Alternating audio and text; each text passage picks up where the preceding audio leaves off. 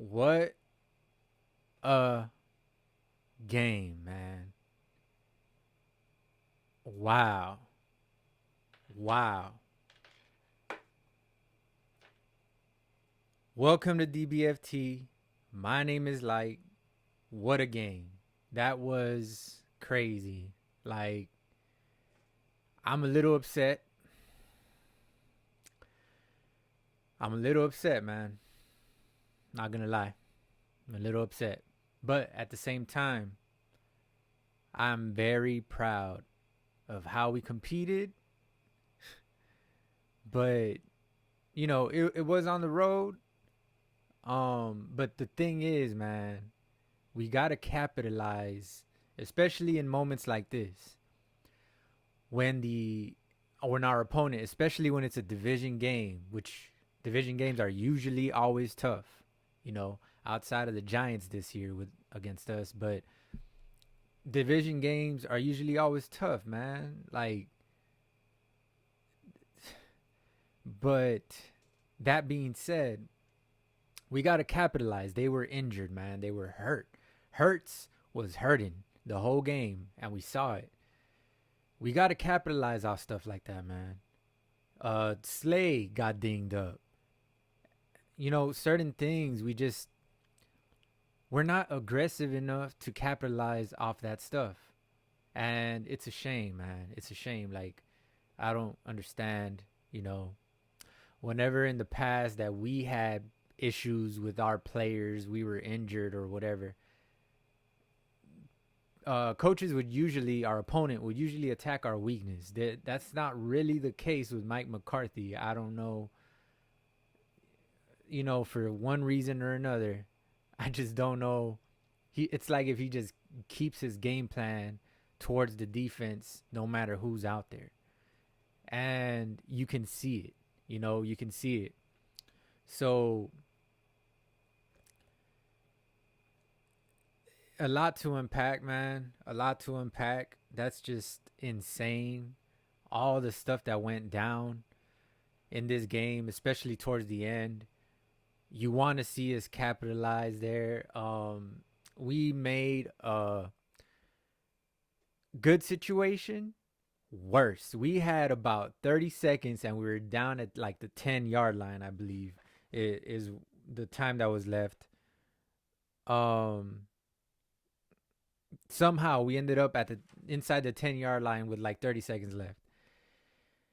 And we want to get penalties to get out of there. We ended up back near the 30-yard line. We're about at the 28-yard line, at their 28-yard line. You know what I'm saying? So what they even tried to give us a penalty that moved us even closer. We were at the 6-yard line. We're at the 6-yard line and we can't capitalize off that, man. That's crazy. First down at the 6-yard line, I believe it was. Was it second down? Doesn't matter. We need to capitalize, man. We had That's the thing. There's a bunch of penalties happening and all that, right? So that would have gave us time to just talk things over. You know what I mean? Go to the sideline real quick. Go to the sideline real quick. Get some info from your coach real quick. Whatever's, straighten out some things. And by the time the refs make the call and y'all get spotted, the ball spotted and all that, you're already set up for snapping the ball. You know what I mean? To snap the ball. So I don't understand how we got a delay of game after a penalty, man. That's just, you can't do that. You can't do that. There's no excuses for that, man, at all. You know what I'm saying? So I just don't understand what the heck is going on half the time in, you know, all our team. It's not just Dak. It's not just McCarthy. It's just like more so Dak, cause like he had a perfect situation set up for him, man. This was set up. The football gods somehow made him get the ball. Like, we started at our own 16-yard line, guys. We started at our own 16-yard line with 50 seconds or less than 50 seconds. It was 40 seconds actually. Yeah, 40 seconds. A little over 40 seconds cuz then we did that we threw the long ball to Gallup and it got pass interference against Bradbury, which was really good because as I go down my key plays here, I will talk about how I wrote that down. Attack Bradbury. And that's the first thing we did. That's awesome. Good instinct there, good coaching, good everything, right? Attack Bradbury unless the play was called in and Dak just said I'm gonna attack Bradbury on my own. I doubt it though, but usually the coach would tell you, you know what, hey, attack Bradbury, look to attack Bradbury. You know what I mean? So he's been having a lot of trouble. That's why I keep saying that about attacking Bradbury. Like he's been having a lot of trouble this season in coverage. So he's had a few PIs and stuff like that. So you saw it on that play. Very sloppy coverage by Bradbury, man, and it was good to take advantage of that. Obviously going into this game, you knew about that. If you're studying the other team leading up to the game, your game plan is gonna most likely center around attacking Bradbury. Somehow we didn't do it enough. I don't know why. Earlier in the game when number 32, I think it was the safety, was on Lamb, we couldn't get the ball completed. Dak threw an off ball and wasn't even a good ball for Lamb to go ahead and make that third down conversion earlier in the game. And that's when we went 3-and-out. So things like that, man, we just got to take advantage of that stuff. But the point is, yeah, we attacked right off the bat. We attacked the right guy, okay? And Gallup has been known in the past, before the injuries and all that, to make those clutch go route plays out of nowhere, okay? He did it when was it Dalton? I think it was Dalton that threw him a go route against the Giants. He made a big play.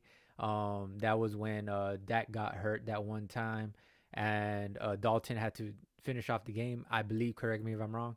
I believe he did it with Cooper Rush as well. He's done it with Dak.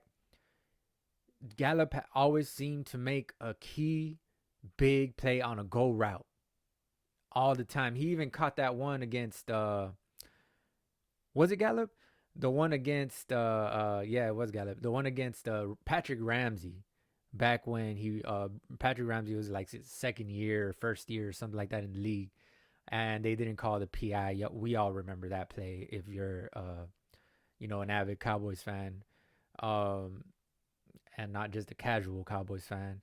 You'll remember that play. Like Gallup has had his time, so that was just the correct play to attack, to throw it towards Gallup. You know what I mean? It was a single all man across the board.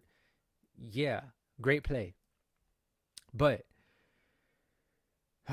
that being said, we get the ball to midfield with 40 seconds on the clock. That's crazy, bro. We just moved the ball from the 16 to the 50 in less than 10 seconds. Okay, so now you are there. What are you going to do next? We go to, I believe Dak went to Ferguson or Lamb first, and then we went to Ferguson or whatever. We ended up inside the 10-yard line, inside the opponent's 10-yard line with 30 seconds. All of those yards gained in just 20 seconds is crazy, bro. That doesn't happen. That doesn't happen unless things are just set up for you to win. This was perfectly scripted for us to win the game, bro. And somehow, some way, we get in our own way. It's like Stephen A. always says, and it's a shame, bro. It's a shame. I can already see him coming in the first take, talking about, with his big smile, talking about, what I tell you. What do they always do? You know what I mean? Whereas if we make the touchdown, bro, we had enough time. I'm not saying we would have. We had enough time. And now that I remember, I think it was 27 seconds when we were inside the 10-yard line. We were like at 6 with like 27 seconds. I think I just remembered that off the top of my head. But we had enough time. Like I said, I'm not saying we would have. Okay, we had enough time to run the ball if we wanted to, and then go spike it if we didn't make it, and then it would have been like third down. You know what I mean? Like that's how much time was on the clock. We had time. You know what I mean? Especially if you want to throw it on every play, you would have easily had 3 to 4 shots at the end zone from your own 6, bro. But you want to mess that up and move all the way back to the 30. Ah, that's a killer, bro. Like I was straight faced.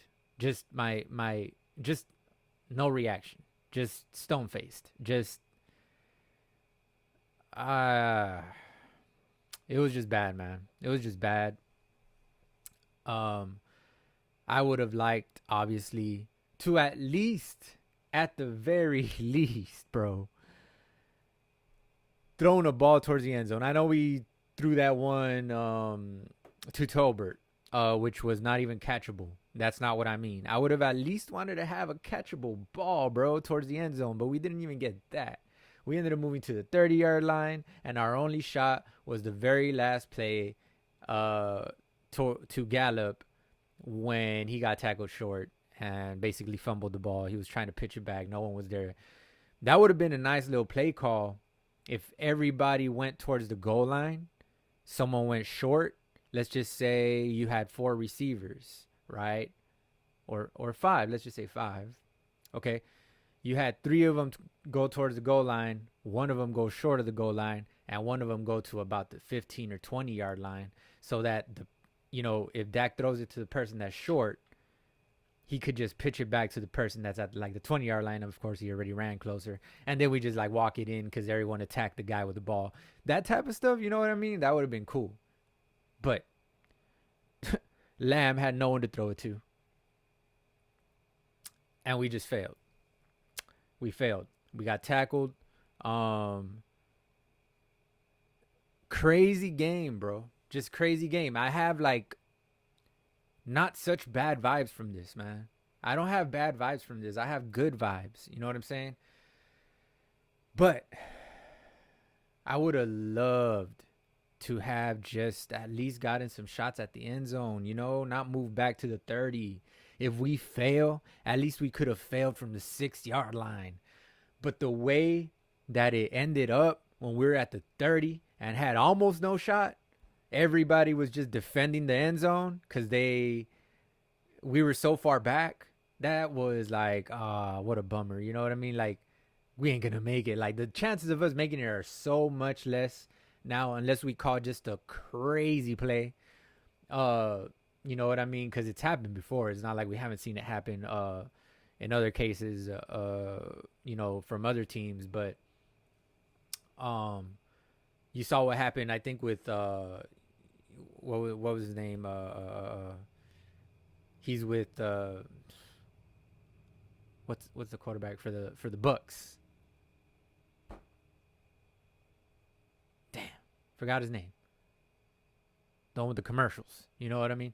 But you saw it almost happen with him when he threw it towards the goal line and the receiver just didn't turn around. It was like last week or something like that. On the Hail Mary. But yeah, we were closer than that though. So we had more of a shot, but still we just didn't get, and Dak did have time on that play.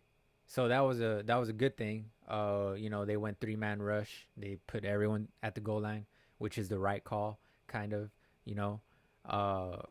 unless, we would have caught a miracle, TD, and then it would have looked bad that they only rushed 3 and they didn't rush 4 because they were getting sacks with 4 guys the whole last 30 seconds or whatever.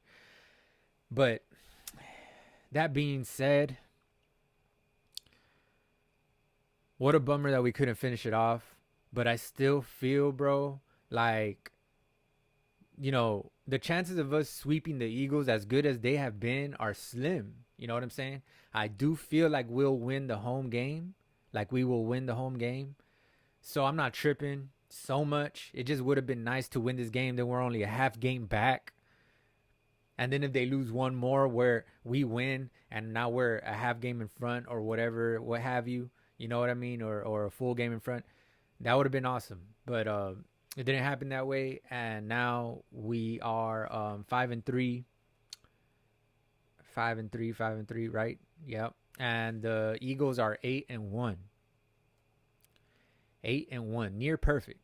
So the fact that we competed with a team as banged up as they were doesn't eliminate the fact that they're still a great football team, bro. This is a team that's competed in the NFC Championship, gone to Super Bowls like in the past 5 years, every year basically. You know what I mean? So that says a lot about our squad. It was an away game. I believe if this was home, we do better. We haven't lost at home. We have a 11 game home win streak, which I forgot to mention last week. But it's awesome. It's awesome. Like we are good at home. We finally have that real home field advantage, not like when we first opened AT&T Stadium. That wasn't going our way so much, but now I'm glad that we do have that home field advantage. So I feel like we'll get the next game against them. Um, it'll be a hard fought game as well, but I feel that we got them by 10 to 15 points the next game for sure. I feel that way. But we'll see. We'll see. Especially barring injuries and all that, a lot can happen from here until then. But nonetheless, I do not know if you're familiar with my podcast, but make sure to like, comment, subscribe, by the way. That helps out a ton. Okay, I am up a few subscribers this year, so that's good. Help me out. Like, comment, subscribe. Yeah, I get into my key plays just to explain real quick. In case you're not familiar, I get into my key plays, break it down. Then I talk about the team stats. I usually give the game balls on the wins, but today was not a win. So there are no game balls, okay? So, but I'm just going to go to the team stats at the end and then the player stats and, top it off like that. But I am going to go down the key plays and just, by the way, this was the 129th meeting against the Philadelphia Eagles in our time span in this NFL format or whatever you want to call it. 129th meeting versus the Eagles, man. And Jalen Hurts after the game.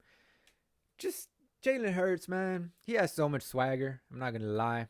After the game, he said, "For this city, I'd do anything," when asked about his knee injury, when he was coming back limping onto the field.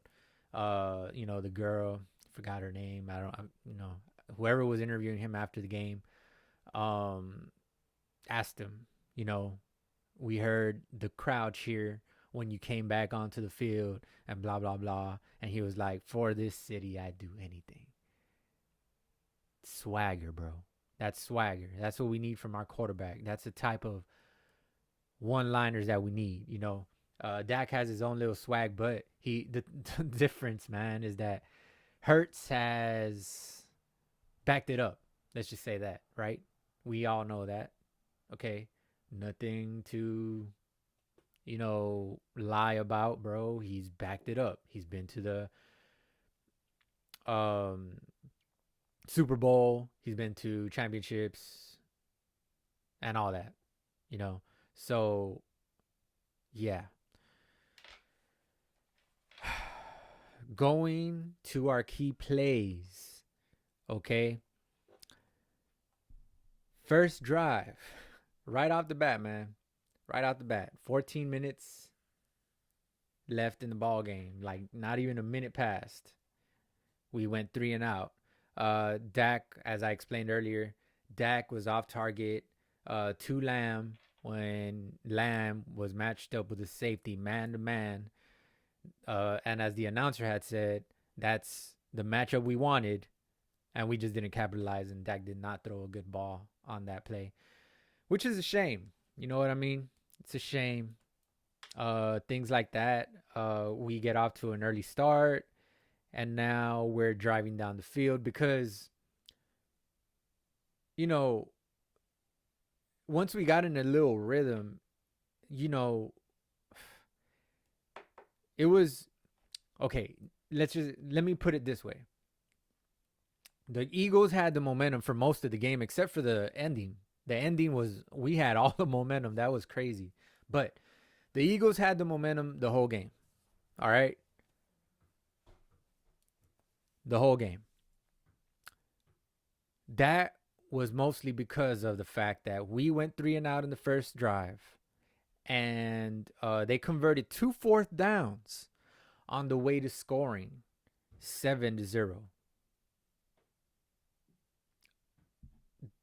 That grabs you momentum. And, you know, a couple drives later, I believe, yeah, it was the drive when Dak ran 3 times and gained the whole 10 yards that we needed to get the first down. And then we ended up scoring. But I'm going to go down the line right here, right now. But the point is that was a good answer. But we could have already driven down the field. And I know it's, nitpicking probably because not everyone scores on their first drive. But we need, as talented a team as we are, this is my point. As talented a team that we are, we got to start scoring on our opening drives, man. Like we should be like kind of like undefeated in that aspect. You know what I mean? Like no one can stop us on the first drive type stuff. That's how talented of a team we are, but we just can't get it together. Dak is always off on his first throw of the game. So how is that gonna come to fruition for us to go score on the first drive if Dak is always off on the first drive? It's like if he doesn't get enough warm-ups in or something before the game, man. Like we got to make sure that Dak has to make sure. And sorry, my neighbor's playing basketball, so I don't know if you can hear that, but I apologize if you can. But it's right outside my window. That's kind of and he just came out right now when I started talking. So it's I don't know if you can hear me, but if you can, okay. Anyways, the point is that we should be, as talented a team as we are, we should be getting that score on our opening drive almost every time, more times than none. You know what I mean? It should be like up around just like a third down conversion stat. It should be, or actually no, just like a completion percentage for a quarterback. Good quarterbacks usually have a 70% completion percentage. That should be like our clip at what we're scoring at in our first drives. You know what I mean? But I think we're like at 40% or something like that. We're not really good on our first drive. But as far as going into the end zone, I mean, you know what I mean? Yeah, we get stopped for 3 and out. On 3rd and 6, Dak misses the matchup with the safety to Lamb, and we turn the ball over on. Well, we punt the ball away. So then, they go for it on 4th and 1. Of course, they got the ever so popular mentioned tush push. Unstoppable, bro. And you saw Dak barely make it on ours, and Jalen Hurts just gains 4 yards every time he does the little tush push, man. Like, I don't know what's going on, but they got a cheat code that we don't know how to take advantage of so much. But it always works for them. Good for them. Inside their own 35, they went for it on 4th and 1 with that play, and that's impressive. I mean, I'm not gonna hate. It is what it is. We just got to figure out a way to stop it. There's talks around the league about them trying to take that out of the game, banning it or whatever. And I'm just like, why? Like, they're doing it. Everyone else in the history of football has had a chance to do that, and they have. Tom Brady was really good at it, matter of fact. Um, and now that Hurts is doing it, now it's a problem. I don't understand. That's kind of weird, but yeah. Uh, we just got to figure out a way to stop it. I mean, there has to be some sort of like scientific way to eliminate his leverage going forward from a yard. I'm just saying, man. I don't know. We got to figure it out. Who better than us? Then we see him twice um a year. So yeah, very big. That was with 12 minutes in the first quarter. With 8 minutes in the first quarter, Sam Williams gets a strip sack, but we can't recover the fumble. That is crazy. That's crazy. That would have been a big play. They wouldn't have gone and scored. They wouldn't have gained the 4th and 3. That would have been momentum towards us. And I feel like if we would have gotten the momentum at the beginning of the game, we would have been kind of unstoppable, bro. I feel like this would have been a little bit like what the 49ers did to us, because they were extra ready to play us and we weren't ready to play them. I feel like that would have been kind of like a little punch in the mouth. If we get that strip sack and we go and score off of it, that would have been tough with 8 minutes in the first quarter, but we didn't. We didn't. So they go for it on 4th and 3 on that same drive. They get the first down against Jordan Lewis, which has been struggling for us. He's given up a lot of third downs, bro. A lot of third down conversions. They're picking on Lewis. I don't know if you've noticed that. You can't really go to Bland. He's been amazing in coverage. Gilly is great in coverage. A pretty damn good defender, right? So who's the odd man out? Obviously, it's Jordan Lewis, and Jordan Lewis hasn't really been answering the bell on that. So it's a little troubling. You know what I mean? Would have been perfect to have Diggs over at Bland's spot and Bland to be in the slot, but unfortunately, due to a series of unfortunate events during practice, we don't have Diggs for the rest of the season. You know what I mean? So it's just kind of the luck of the draw there. Like, yeah, I mean, sometimes it's just your time to not play this season. You know what I mean? Look at Aaron Rodgers, and he's talking about coming back this year. So yeah, 4th and 3, they gain it on Lewis. 6 minutes in the first quarter.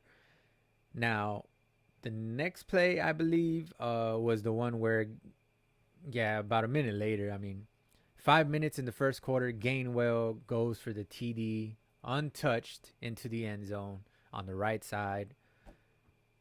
What a shame.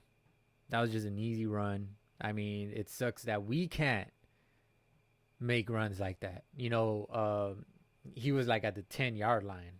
You know what I mean? Or something like that. Or a little bit inside the 10-yard line or whatever. But whatever the fact is, we can't seem to get runs like that, even though we have one of the best right guards or the best right guard in the league. You know what I mean? So, yeah, Gainwell. And we have a better runner. Gainwell, Pollard is a better runner than Gainwell, in my opinion. I don't know what y'all think, but I believe so. But yeah, with 5 minutes in the first quarter, 7-0, we are down. Okay. And then Terp gets the great return right after that. And awesome. Terp has been doing really good. He did have that touchdown snag. You know what I mean?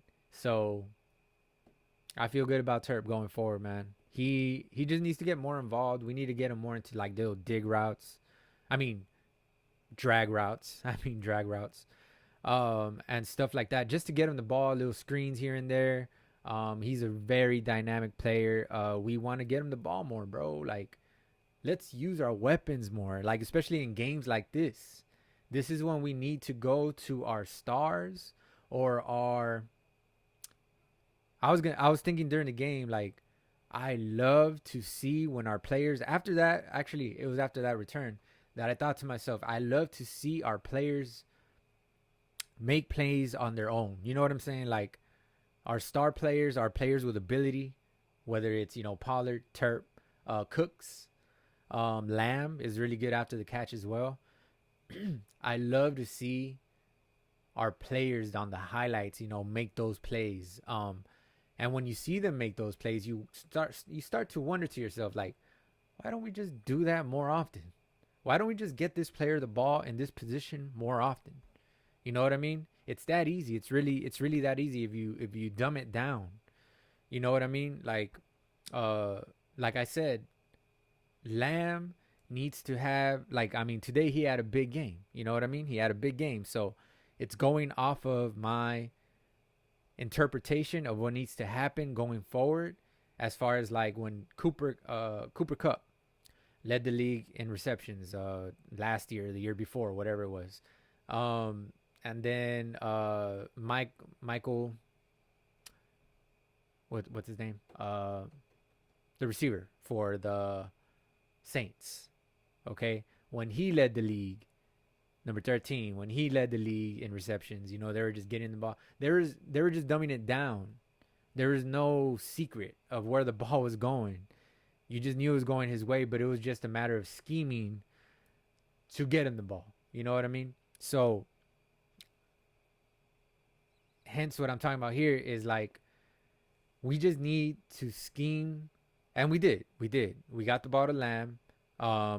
I would have liked for us to kind of do it earlier in the game, as far as getting the ball to Lamb. Of course, they were doubling him. I'm not sure how often they doubled him or what, but I know he did have single coverage against Slay a couple times. In my opinion, I would just go to Lamb, bro. Throw him a fade route. Just throw him a jump ball, especially like inside the red zone, stuff like that. But anyways, I'm rambling. I just would have liked to just capitalize more on matchups, getting the ball to Terp, getting the ball to Cooks, and have them run after the catch. You know what I mean? Whether it's on slant routes, what have you, bro. I just want to get the ball to our talent. So it's really refreshing to watch that on highlights. You know what I mean? Like, our players that get that yak, you know what I mean? That yards after catch. To see them do it on the highlights is cool, but we just need to do it more often. You know what I'm saying? Whatever we did, whether we motioned them and they ran a little drag, or we motioned them and we hit them on the flat, we need to do that more often, man. We need to do that more often, just to get them going. You know what I'm saying? Doesn't it get, the crowd, or the sideline, your bench, your teammates, or the offense in general, energized whenever you see a juke move happen or this and that, right? Yards after catch, it gets you energized, right? You gain 10 yards on a play, and it gets you energized. It gets you ready for the rest of the game. It gets you going. You know what I'm saying? We need that. We need that, man. We don't have a bruiser to go ahead. I mean, Dotto did it on that one play when he got it up the middle, but then we got a penalty. It got called back. But he gained like 20 yards. That got us energized. That got me energized. That got me like, oh, yeah, hell yeah, this is what we need. But we don't have that bruiser, that permanent bruiser that's going to come in the game and punish the defense. We don't have that. What we do have is a lot of finesse players that we just need to get the ball to and capitalize on their abilities, so that'll get us more energized, more into the game, and give us momentum. You know what I'm saying? That creates positive energy, hence momentum. So I would love to see that a lot more. But yeah, let me go on with our key plays. Terp with the great return on the kickoff. So then Dak runs all 3 times to keep the drive going with 4 minutes left in the first quarter. I'm still in the first quarter. I got a lot to go. And I'm just gonna try to speed it up right here, okay? So Dak runs 3 times. That's awesome that he keeps on using his legs. I love this Dak, bro. I love this Dak. Okay. I love this Dak. I don't want him to go back to his flat footed in the pocket, getting sacked all the time ways, even though he did get sacked a lot today. But he showed a lot of ability. You know, whenever he had the opportunity to get out of the pocket, he took it. A lot of times in the past, I don't know about y'all, but I would see him just stay in the pocket a little too long when he had an open space. Now, he's kind of getting only getting sacked when the pocket collapses on him. You know what I mean? Which I understand, and it keeps on happening, especially with Steele on that right side. I don't know what it is, but Steele needs to get it together. He had been solid, but I guess after that injury that he had, I think it was a knee injury. He just hasn't been the same player. You see it. You see it. He wasn't that bad, man. He was a very, very solid player for us, and we were hoping to get him back soon, right? And now it's just like it's not looking so good. So maybe we could look into getting Adoga over on that right side. I saw Adoga in the game. I'm not sure. I think it was just for that when we went big and at the goal line. That we had Adoga in the game that he didn't check in and we got a penalty and all that. But maybe getting Adoga on that right tackle side would solve Steele problems. I don't know what's going on, but Steele is giving us a lot of problems. Okay, yeah, he's going up against really good competition, but that's not an excuse. You know, you need to hold your own. You know, you need to give up 1 sack per game maximum. Okay, but you're giving up. It was a lot this game. Okay, let's just say that. But yeah, Dak is using his legs more. I want him to stay that way. I hadn't seen it so much, so consistent as he is now, and I love that he's doing it. When the opportunity presents itself, he's not hesitating to run now, and I love that. He needs to keep doing that. 4th and 1 to Lamb from the 30. Great play call from 30. So that was in their territory. We get the 4th and 1 with 3 minutes in the first quarter, and then on the next play, or a couple plays later, we get a TD to Ferguson. Nice play on the RPO that took it out of Pollard's little stomach there and threw it to Ferguson. I think it was on the flat over there, but that tied it at 7-7. So that was a really good play call, really good play, really good throw by Dak, great catch by Ferguson. Awesome, right? So Micah and Armstrong get a half sack each with 30 seconds in the first quarter.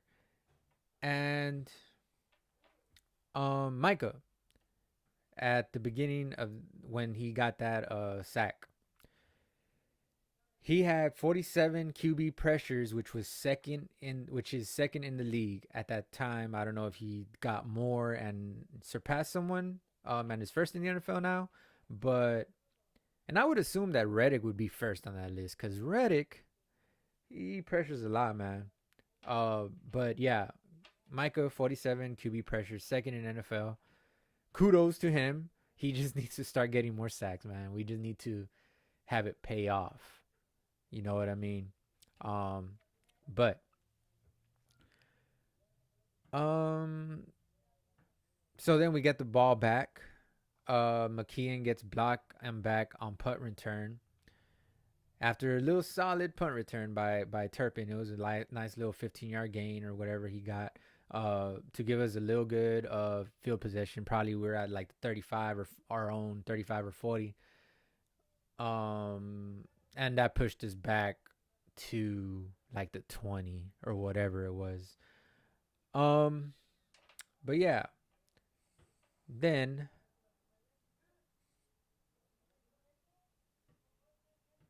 that was towards the end of the first quarter. So with 5 seconds left in the first quarter. Then CD dropped the ball. He would have gained about 20 yards, bro. Like, if you see the play, he had a bunch of space. He would have gotten the first down, and he would have probably gotten more. Um, but he would have gained a lot of yards. He dropped the ball. You don't like to see that. That was such an easy catch, man. That was like he was open. He was just looking to run before the catch, which is never a good idea. And I don't understand as much practice as these NFL players have, as much millions of dollars as they get paid. I do not understand how they can keep on making that same mistake over and over and over again to not look the ball into their hands. He even juggled it a few times. You know what I mean? He was juggling the ball, man. Like, so it's not like if he just like plain dropped it. He had it. Okay, he had it, and he just lost concentration. You don't like that from your star player, your number one player. You know that's not good. But you know we had a few drops this game. Ferguson dropped like two. You gotta hold on to those, man. Just come on, man. Gallup dropped one. Yeah. So going into the second quarter, 14 minutes in the second quarter. I wrote down, this is the drive that we need to capitalize versus their injuries. Okay, very key drive that we ended up. Yeah, we ended up scoring on that drive. So good, because I felt that we needed that drive. You know what I mean? For positive momentum on our side, we needed that drive, and we got it. So 35-yard scramble drill to Ferguson. 14 minutes in the second quarter. Dak gets sacked on very next play. That seemed to be a little theme in this game. Whenever we would get something a positive like play of over like 20 yards or what have you, we would get sacked the next play. Whenever we would get a penalty called on the defense, we would get sacked on the next play or give up a penalty ourselves. So that's not good, man. We need to eliminate that from our game, okay? That should not be a thing. We are too talented of a team to keep on shooting ourselves in the foot, okay? But Dak gets sacked on very next play. It made it 2nd and 20. Dak escapes Reddick on 3rd and 15. That was the play where Reddick got nicked up. He missed Dak. You know, he barely got a hand on him and an arm on him, and Dak just broke free and just scrambled out and threw it to Lamb. And I wrote down, I love this Dak, which I already said earlier in this video. Like, I love this Dak. Keep on doing that, Dak. Okay. 13 minutes in the second quarter. Now we go out to 12 minutes in the second quarter. Big PI on Ferguson. I think it was on 3rd down. Don't quote me on that. But big PI on Ferguson. Well, against Ferguson, right? I'm not sure if that was the 4th down play, because I know we went for it on 4th down. Oh no, that was the play where Lamb actually converted to 3rd and 15. Because there was another one where Lamb was still short and we went for it on 4th and 1. My bad, it wasn't that play.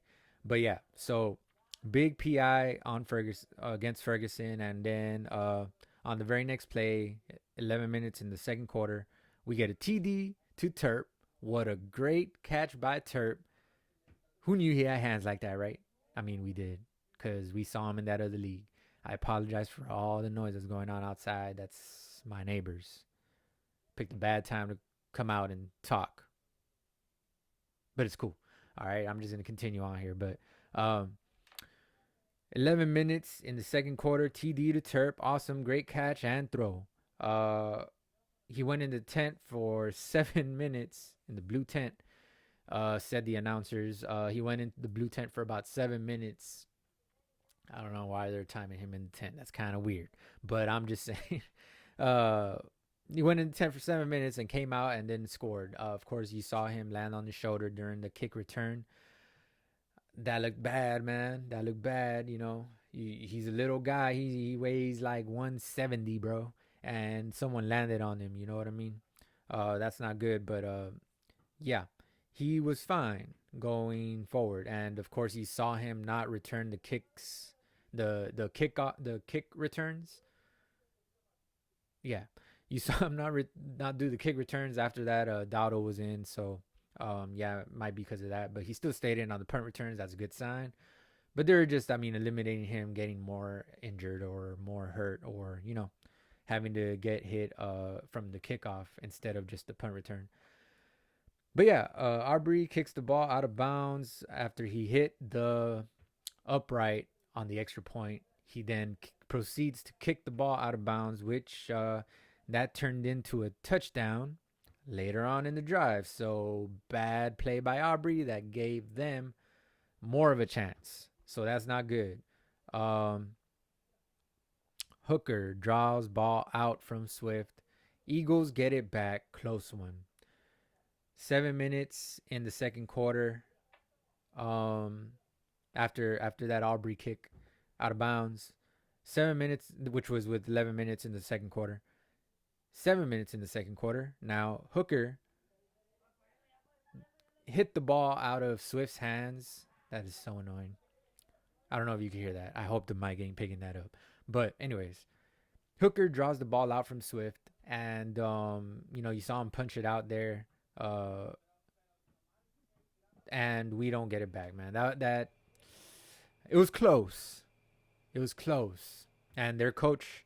I don't understand why their coach was so mad that they didn't blow it dead. But I mean, you can't blow it dead if you don't clearly see them recover the ball, bro. That was on the bottom of the pile. I understand. Maybe he was just worked up. I don't like that coach, bro. I don't like that coach. He gets on my nerves. He's a little too energetic for me. Okay, especially when they're winning. But then when they're losing, he's just like stone faced and crossing his arms and yeah. But whatever. Yeah. He shouldn't have gotten so mad. That's all I'm saying. That play needed to continue. If it was the other way around, I wouldn't have gotten mad that they didn't blow the whistle. Like, why would I get mad that they didn't blow the whistle if there's a chance that it actually did? They actually did recover the ball. You know what I mean? Like, it's football. I mean, there's fumbles. We just need to hold on to the ball. Obviously, get mad at your player for not holding on to the ball. He fumbled 2 or 3 times in this game. Did Swift. So that's all him. So now we know Swift is a fumbler, bro. So we need to be poking that ball out every time Swift gets the ball from here going. He's a physical, pretty bruisey back, but we need to learn how to punch that ball out from him. We will going forward. Trust me on that. But yeah, that was 7 minutes in the second quarter, and now with 5 minutes. I wrote that kind of like a 3, but 5 minutes in the second quarter, Hurts goes in for the QB. Tush push, sneak, whatever you want to call it, brotherly shove. Yeah. Touchdown, 14-14 with 5 minutes. I told you, with 5 minutes in the second quarter. So now we got the ball with 2 minutes. 4th and 1 conversion to Ferguson after the 3rd and 15 play to CD Lamb, which that was the play I was talking about a little bit earlier. I thought it was that play. But no, it happened here. Nice throw to CD for the 14-yard gain by Dak on the play before. But yeah, on the play after that, 4th and 1 conversion to Ferguson. Awesome play there. Clutch. You know what I mean? So then Gallup drops wide open play on 3rd and 3, bro. That would have kept the drive going. We could have probably scored before halftime. That is big. That is a big play. That's a losing play. I wrote it down. Losing play. Because had he caught that ball, we run out the clock, first of all. They don't get another even chance or whatever. But not just that.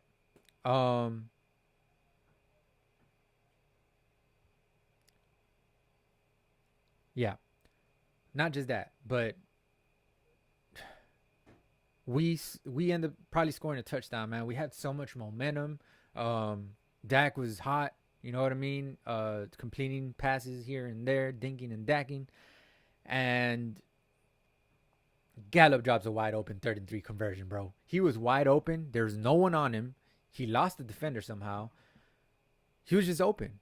And he dropped the ball. I don't know if you saw that I guess it was like a rub route. And he was looking to run into the defender somehow. He thought maybe the defender was going to stick him or something. Because you saw him kind of peek and then turn. But if he wasn't worried about that and he just ran his route and turned towards Prescott, that's a completion. He just saw it too late. As soon as he turned, the ball was right on him, and he just he got scared that the ball was right on him right away. He still almost caught it, but I would just like for Gallup to be more aware on that play, man. Like, it's a quick play. You know that Dak is gonna. It's 3rd down, and you know that Dak is gonna try to get rid of it fast. It's a little drag route. So come on, man, you gotta turn faster. But we don't. That's a losing play, though. I wrote it down as a losing play. With 1 minute in the second quarter, right before halftime. So Aubrey gets his field goal, 19 of 19. That is a rookie kicker's record. So that's great for Aubrey. We went 17-14 into halftime. So we had the lead at halftime, right where we want to be against the Eagles at Philadelphia. You know what I mean? Right where we want to be. Too bad we couldn't make it a win. But we almost did. And that's big. You know, that's big in itself. You know, we didn't just lay an egg, a goose egg, like we did with San Francisco. Okay? We didn't do that. So that's good. Or at San Francisco as well. That was also on the road. So 19 seconds. D-Law hits Hurts. Oh, yeah. That was the play where D-Law was like kind of on the ground. It looked kind of like a dirty play. I don't know if he was aware that Hurts was right there, but he kind of like went into Hurts' knee, planted foot, planted leg, and kind of like twisted, inverted, I guess, Hurts' knee on that play. So that, you know, those are the kind of plays you want to have. You're not trying to injure someone, but you're just trying to lay down the law, right? And lay down the pain, lay down the hammer. You know what I mean? We're physical. We're here to hurt you. Hurts. And lay down the law with D-Law. You like how I did that? Yeah. So with 19 seconds, we go into halftime. That happened with 19 seconds. We go into halftime 17-14. We are now in the second half, and this is where it gets nuts. Crazy. And by the way, they gave a stat where we are number one in point differential. Number one in point differential when we win. Number one in point differential when we lose. So we're winning by the most and losing by the most. And we are... This is off the top of my head. I'm trying to remember here. I didn't write that down. And we are... What was that last one? I forgot what the last one was. I had it in my head right now before I started talking again. Oh, yeah. We only had one lead change this whole year. And it's week 9. Like the announcer said. It's week 9. That's got to be some kind of record. But let me write down week 9 so I don't forget what week we're in. Week 9. And we only had one lead change. Bro, that's crazy. Usually you had 2 or 3 in the game, 4 or 5 in the game. And coming into week 9, we only had one lead change. That's crazy. But yeah, that's very odd stats right there, bro. Very, very odd stats. How are you winning by the most, losing by the most, and only had one lead change? I mean, if you put them all together, they make sense. But one at a time is like, what? Or just point differential thing. But then when you add in the one lead change, it makes sense when you put it all together. You know what I mean? Yeah, I don't know.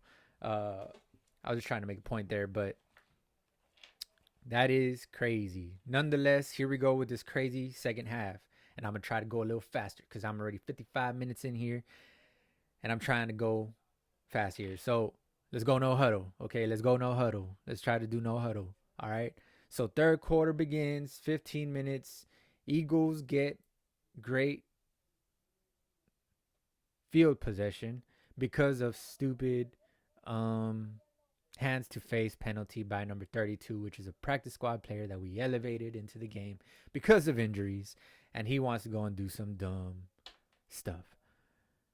Losing play. I wrote down losing play. 15 minutes. First play, the kickoff, the opening kickoff of the second half, bro. So the Eagles get the ball at the 40-yard line. And then they drive down the field, blah, blah, blah. And 4 minutes into the quarter, 11 minutes left in the third quarter, Hurts throws a dime to Devontae Smith on Bland. And I wrote down, he definitely ain't no Diggs. You know, he's had the INTs. And I mentioned it last week. He's had the INTs. He's a ball hawk like Diggs, but he doesn't have that play the ball in the air ability that Diggs has, which is Diggs is second to none on that. You know what I mean? Best in the league, bro. From even a receiver, I said it last week. Even a receiver can compete with Diggs's play ball in the air skills. So no knock at Bland, but he does have to make he had the coverage, but it was like, I don't know if you saw that play, but it was just so odd because Bland just had the coverage. Hurts just threw a perfect dime, bro. Like, you couldn't have placed that ball at a more perfect position, because when the receiver looked up back at the ball, all the receiver had to do was kind of go to the side more, and Bland had already looked up and was going kind of straight, so he kind of gained separation when that happened. In that little half a second that happened, was the little separation that the receiver needed, which, once again, perfect dime, bro. That was a perfect dime. I mean, that pass was crazy. That's one of the craziest passes I've seen. Because, I mean, Deron Bland is a very good corner, very good coverage corner, bro. He had coverage on that play. He just didn't play it right in the air. You know what I mean? So, just a perfect play, bro. Like a perfect throw. I mean, just a go route, nothing special. Bland just needs to have a little better coverage on that. But of course, it's Devontae Smith. He is what he is. Okay, he is what he is for a reason. He's a speedy receiver that can get downfield. A la Tyreek Hill type ish. A la Deshaun Jackson ish. Back in the day. So yeah, I mean, good coverage, just, great defense, just better offense. Like they say in basketball, when Kobe sinks a shot, fadeaway or whatever it is. Great defense, just better offense, bro. Like, you had the coverage, it's just better offense. So 17-21, 11 minutes in third quarter. I love the way we competed in this game, man. We were down 28-17 and still fought our way back and made it a game and almost won the game. Okay, so let's not diminish that. I'm not diminishing that at all. Okay, I love what we went through in this game, and what we showed out there. But I would have just loved, especially with the injuries, like I said, I would have just loved to put the little cherry on top of the win with the dub. You know what I mean? It didn't happen that way, but nice long gain by Dotto, but holding by Schoonmaker brings us back, and we end up punting the ball. That's a losing play. I wrote it down. That's with 9 minutes in the third quarter. So things like that, bro. We could have had, it was 17-21 at that point. Let's just say we kick a field goal. It's 20-21. Let's just say we score a touchdown. 24-21. Now we have the lead. You know what I mean? There's another lead change. You know what I'm saying? Things like that, bro. Because with that Dowdle, nice little, what was it, like a 20-yard, 25-yard run, whatever it was. We were inside their territory. We were inside the 40, inside the 35, I believe. I think we were right around the 30 with that gain. But we get moved back in our own territory, back at like the 40-yard line, and it's just a big swing in field position, man. And you would have had a first down in their territory. It's just a big stupid play by Schoonmaker, man. I see why we don't play him like that. I see why we play Ferguson more. You know what I mean? I'm starting to see it. I want Hendershot to come back. I hope Hendershot can be our second excuse me, our second tight end instead of Schoonmaker, because Schoonmaker seems to be getting some holding calls and not making it in the end zone when we need it. Shot taken. Okay. Anyways, simple TD to AJ Brown. Our safeties are slacking. That's what I wrote down for this play. After this play, because we got a holding call right prior to that. So this is 1 minute in the third quarter. It is now 28-17. They scored a touchdown to AJ Brown. So easy. He lined up in the backfield. You saw him doing that little sneaky thing. You know that he's gonna go out to the flat, or they're gonna do a fake. You know, that's along the lines of those two plays. When you fake it to the running back and then you do a little pitch forward to the person that's right there behind the line, and you pitch it to them like usually you do that with the tight end, but of course AJ Brown is a big guy, so they kind of used him like they were gonna do that, but instead they roll him out to the flat. So those are the two things usually that come out of this play. We know this. How don't the Cowboys know that? I don't understand that. I don't understand how we can't stop that play, bro. That was such an easy touchdown for them. It was ridiculous, okay? Those are the kind of plays that we need to, at the very least, stop it and not have them score a touchdown on that play, because that was just too simple, bro. That was just way too simple, and you knew what was coming off of that. Those two things that can happen from that play, bro, usually, okay? More times than 90% of the time, 95% of the time, okay? That's what I'm saying, is that's usually what happens, okay? But somehow, some way, he gets onto the flat. No one covers him. Bland whiffs on the tackle. And Brown goes right. I mean, and we had like three guys out there that just somehow stayed out of the way of AJ Brown. I don't know. That was just lazy. It was unawareness, no awareness, oblivious, anything you want to call it besides awareness, okay? Besides great awareness. So 1 minute left in the third quarter. That's what happens. Now 11 minutes in the fourth quarter. This is our next key play. We are now more than an hour into the video. Gonna try to rush this, but I have a lot to say about my Cowboys, bro. Fourth quarter, 11 minutes in the fourth quarter. Big 4th and 1 QB sneak by Dak.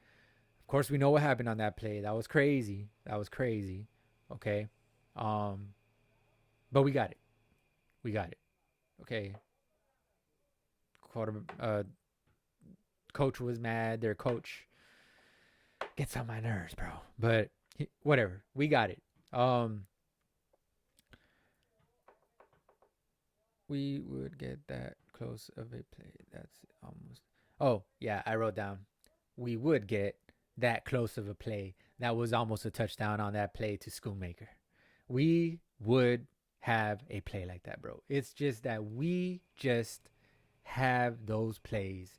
If it isn't a fingertip out of bounds, if it isn't a foot out of bounds by Dak, if it is, we just have those plays, bro. If it was a catch, not catch, a non-catch catch, it's just, ooh, man, that just seems to happen to us too many times, bro. And it's crazy. But I wrote down in big, huge letters, man. take the points. Aubrey would have went 20 for 20, added to his record. Losing play. This was the keyest of the keyest play of the game, bro. Because despite everything that went down in the end, we would have been down only 28 to 20 with the ball back. If we got the ball back, assuming we did and stopped them and everything like we did, we would have gotten the ball back. Down 28 to 20 after kicking a field goal, driving it all the way downfield. But what do?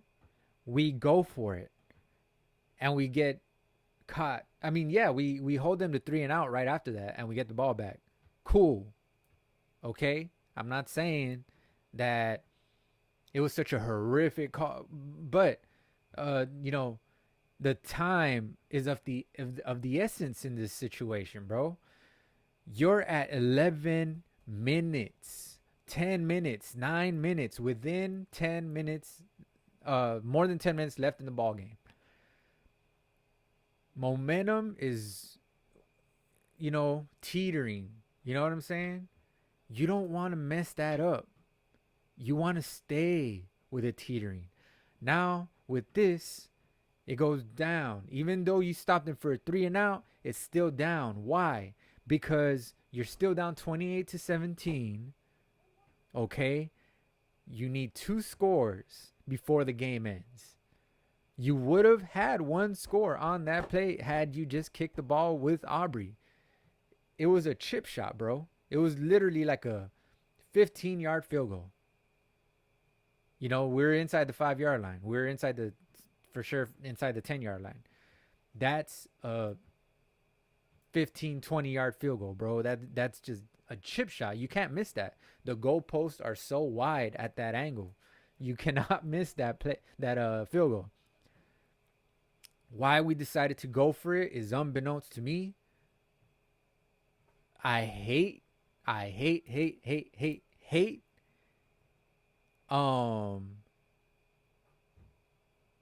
do you call that? The numbers and all that. Algorithm, whatever the heck they call it. The statonomics, whatever the hell it's called, bro. I hate that term. I hate that the decision making based off of numbers type stuff. Go with what makes sense in the moment. That's what makes the numbers in the first place, bro. If it was like 100% chance that you're not gonna make it, 100% chance that you won't win the game if you go for the field goal in this situation, I understand, but it's not like that. It's like 30% chance if you go for the field goal of you winning. I'll take those odds because I like us getting that momentum back after the field goal. I like us keeping ourselves within 1 score. I like those chances. Okay? I'll take the 30% if you kick this field goal here. As opposed to if you make this touchdown, now you're at 60% chance of winning the game. I hate that, bro. Like, take the 30% because it makes sense in this flow of the game, bro. Come on, bro. Like, use your head, not stats, not numbers, bro. Not everything goes based off of previous numbers. Okay? Not everything goes that way. Okay? Jalen Hurts is 94% at 4th and 1s when he does a QB sneak, when he does the tush push. 94%. That means he's been stopped before. That means he can be stopped. Okay? So it's not, almost nothing is 100%, bro. So, and even if it's a 1% chance or whatever, what have you, it's still a chance that you can do it. You know what I mean? So all I'm saying in this situation, bro, take the points, make it 28 to 10 with 10 minutes left in the ball game, bro. That is plenty of time to do whatever. You have all 3 timeouts. We had all 3 timeouts for most of the 4th quarter up until the end. So you take those points, bro. That's a smart play. They ain't going to waste 10 minutes off the clock. You're going to get the ball back. And I feel good about stopping them. I trust my defense, right? You want to trust them, right? Obviously, Mike McCarthy. It all falls on Mike McCarthy in this situation, bro. And it gets to me sometimes when the announcers don't even mention what are they doing? Why didn't they just go for the points? You would have made it a one-score game. I hate when the announcers don't even like try to make it a big deal, and that you have to go for the points in that situation. It's a no-brainer, bro. It's really a no-brainer. But with these stats, the statisticians that they have now going based off of numbers and all that with the percentages and oh, like I just said, that's trash, bro. That's trash, bro. You can't go off of that, okay? You got to go off of game flow, game script, okay? It's like you come into the game saying that you're going to run the ball 70% of the time, let's just say, right? And then the game script changes, so you have to run it 30% of the time now. Go with that. Don't just stick to your game plan. You know what I mean? Like, you got to change, bro. So, because of this situation where you have still 10 minutes left in the ball game, and like I said, time is of the essence. You want to capitalize and get those points, bro. You want to do that. 28 to 10 to 28 to 20 beats 28 to 17. Okay? It does not beat 28 to 25. I can tell you that much. But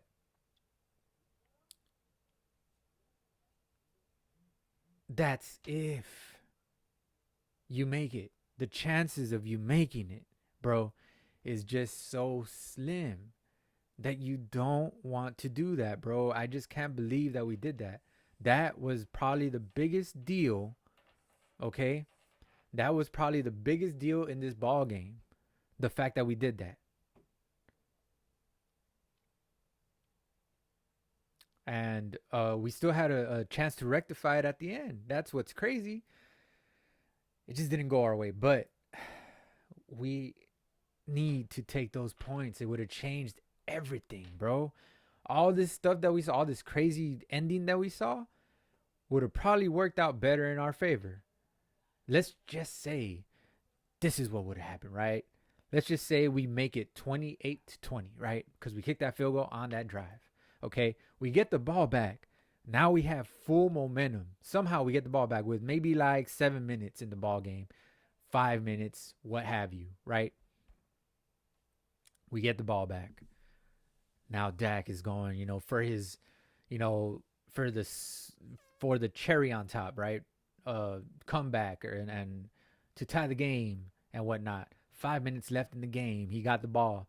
He goes and scores, let's just say.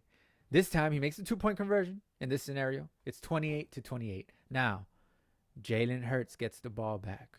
Pressure is all on him. He has a nagging knee injury. Let's just say we hurt him again. Let's just say anything can happen. Let's just say he throws a pick six to Bland because pressure's on and this and that, and then our defense wins the game. That would have been the scenario that I would have chose over this that happened this ball game. All the craziness, and then we just shot ourselves in the foot. We looked like a worse team at the end of the game, as opposed to it, we would have taken the points, gone off and tied the game, assuming that we stopped them. That would have just made us look so different. You know what I'm saying? It wasn't a fail on the fourth on at the goal line. We don't have that nasty highlight of getting stopped right before the goal line. That's even more negativity for us, bro. It reminds me of Dez's fingertip out of bounds against the Giants. It reminds me of the sideline play Aaron Rodgers when he got the late sideline pass to win the game, set up a field goal to the tight end, right? Sideline. That throw where he rolled out and threw it towards the sideline and the tight end caught it. It reminds me of Dak stepping out on the 2-point conversion today. It reminds me of little mishaps that it reminds me of the Dez catch. You know, it reminds me of stuff like that, bro. We just add to the highlights because we don't do the right thing on in the flow of the game, bro. We just make it worse for ourselves, and that's what makes these bad highlights, bro. I would like to stop that. And Mike McCarthy is a big component to that now. Okay. I would just like to see them points put up on the board. It's one possession game. All we need is a touchdown and a 2-point conversion. Leave it up to your defense. Leave it up to Dak to come and score that 2-point conversion at the end of the game and drive us to get that touchdown in the first place. That was a long rant. I'm just saying we got to do that, man. Like, come on, man. Like, we just make it worse for ourselves. We just make ourselves look like a worse team than we actually are because of bad coaching from Mike McCarthy, bro. Bad decision making from Mike McCarthy. Okay, that's what I'll say. That's how I'll put it. Okay. Would have made it a one possession game. I put everything in caps, bro. I was mad. 10 minutes in the ball game. That's what happens. Now, they get the ball back. We stopped them 3 and out. We know, right? We stopped them 3 and out. That was good. We get the ball back. Nice pass to Tolbert on Bradbury. So we picked on Bradbury at the end of the game. Not so much at the start of the game, which we should have done. But we did it a little bit. Just not as much as we should have. We should have just attacked him every play. I swear, bro. We should have. I would like to have this game back. I would like to be the coach. And I would like. Man, if I was the coach, bro, I'm just saying. I don't know about play calling. All I know is how to make decisions to win. That's all I know, man. That's all I know. Mike McCarthy doesn't seem to know that. He goes by statistics and percentages. Okay. That's his coaching method. Mine is game flow. Mine is common sense. Okay? Common sense. That's all I'm saying. We get an illegal formation that should have been a touchdown. Losing play. I didn't write it down for that play. That's with 6 minutes in the ball game. My bad. Losing play. I like to write down the losing plays. Maybe I'll make a video at the end of the year and talk about our losing plays all together. You know what I'm saying? Something like that. Yeah. Makes sense. But yeah, we nice.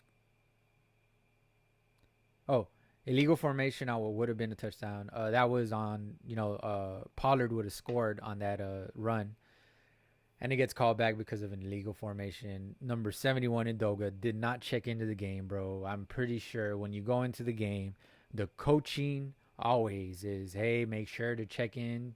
Make sure you check in with the ref. That is like from elementary, bro. From elementary, they teach you how to check in, basketball or football. They teach you how to check into the game with the ref. Check into the game to the ref. Go up to the ref and say, hey, I'm an eligible player. Because he was lining up as an extra blocking, so that's considered tight end, right? So you need to check in to the ref. But you don't check in, you get an illegal formation. That could have been a way stupider play if we don't go and score on the next play to Tolbert, which it was an awesome play on the next play with rollout by Dak. 6 minutes left in the ball game. We get a touchdown. Awesome, right? We made up for that. But it could have been worse on just a stupid little, hey, ref, I'm checking in the game. That's all he had to say. And we would have just scored on that play. That would have been that. We would have wasted those seconds. And we would have had more seconds at the end of the game because of not going for the field goal and this and that, right? We ended up getting the ball back and we ran out of time at the end. We would have had those seconds. Those little extra seconds would have made a big difference. It's plays like that, losing play, bro. So yeah, but on the next play we make it a, it's cool. We get it, the TD to Tolbert, which Tolbert had himself a nice little game. Could be a little foreshadow as well going forward that we're gonna use him a little more, and I like that. I like splitting time between him and Gallup because Gallup ain't been too consistent. Even though Gallup is a very talented player, and I feel like he's not used correctly by Dak. I feel like if Gallup had a more accurate passer, consistent accurate passer, okay, I feel like he would be better. But you have what you have, and you gotta, get the players around you that that you can win with. You know what I mean? So Gallup, I don't think fits so well because he just he doesn't get open as well as, let's just say, Lamb, as Cooks or whatever. But Dak can't seem to find Cooks on a consistent basis either, and Cooks is always open, bro. Like almost always open. So I don't know, whatever. All I'm saying is I like the split time between Tolbert and Gallup because of the fact that Dak and Gallup can't seem to get on the same page somehow most of the time. You saw it on the drop by Gallup. It's just weird things happen when it's Dak throwing to Gallup, bro. That's all I'm saying. Weird things happen. Um, so that touchdown play, by the way, was on Bradbury. So they picked on Bradbury once again at the end of the game, like I had said to do. Um, Dak steps out on the 2 point conversion. Of course, we saw that. And that sucked that he did step out of bounds. But just those type of plays, bro. It's just the type of plays that we just seem to make all the time, bro. It just doesn't fail, bro. Just tweak your foot in bounds. That could have you could tell he kind of led up when he was kind of sprinting. He was just like kind of like, oh, I'm gonna make it anyways type stuff. He didn't seem to kick it up a gear. He just seemed to, okay, I'm just halfway this. I wouldn't say he jogged, but I could say that he could have done more of a full sprint to just beat the guy to the pylon instead of having to stretch for it at the end. That's my opinion. That's what I saw. I don't know, man, but he stepped out nonetheless. It was 28-23, and if you think about it, right, that's a losing play. Let me explain. Let me explain. Let me explain.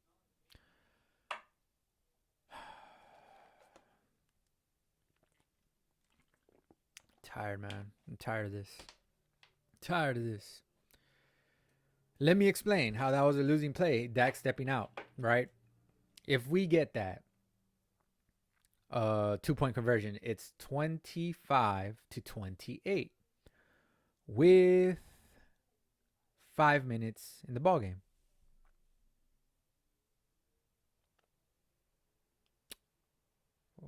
6 minutes. Okay, my bad. 6 minutes in the ball game.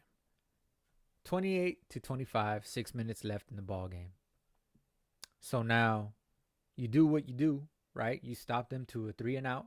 You hold them to a 3-and-out because of awesome defense, which our defense stepped up. Let's talk about that. You know what I mean? Our defense stepped up at the end. Let's talk about that. Our defense answered the bell. Okay, pun intended, because we have a bell in our defense. Okay, our defense stepped up and answered the bell. Now we get the ball back, 28-25, right? Same exact scenario. It's the same thing that's gonna happen. The same events are gonna go down, bro, because he just failed it. Of course, you could argue that not the exact things would have happened. I'm just saying, I'm pretty sure we hold him to a 3-and-out in the scenario where that gets the 2 point conversion and makes it 25-28. I feel like the exact same little things would have happened for us getting the 3-and-out and us getting the ball back again with 5 minutes in the ball game. But let's just say we do the same exact things and we get the ball back and we end up at inside the 10-yard line with uh what was it, with 27 seconds left in the game. Now, changes everything, bro.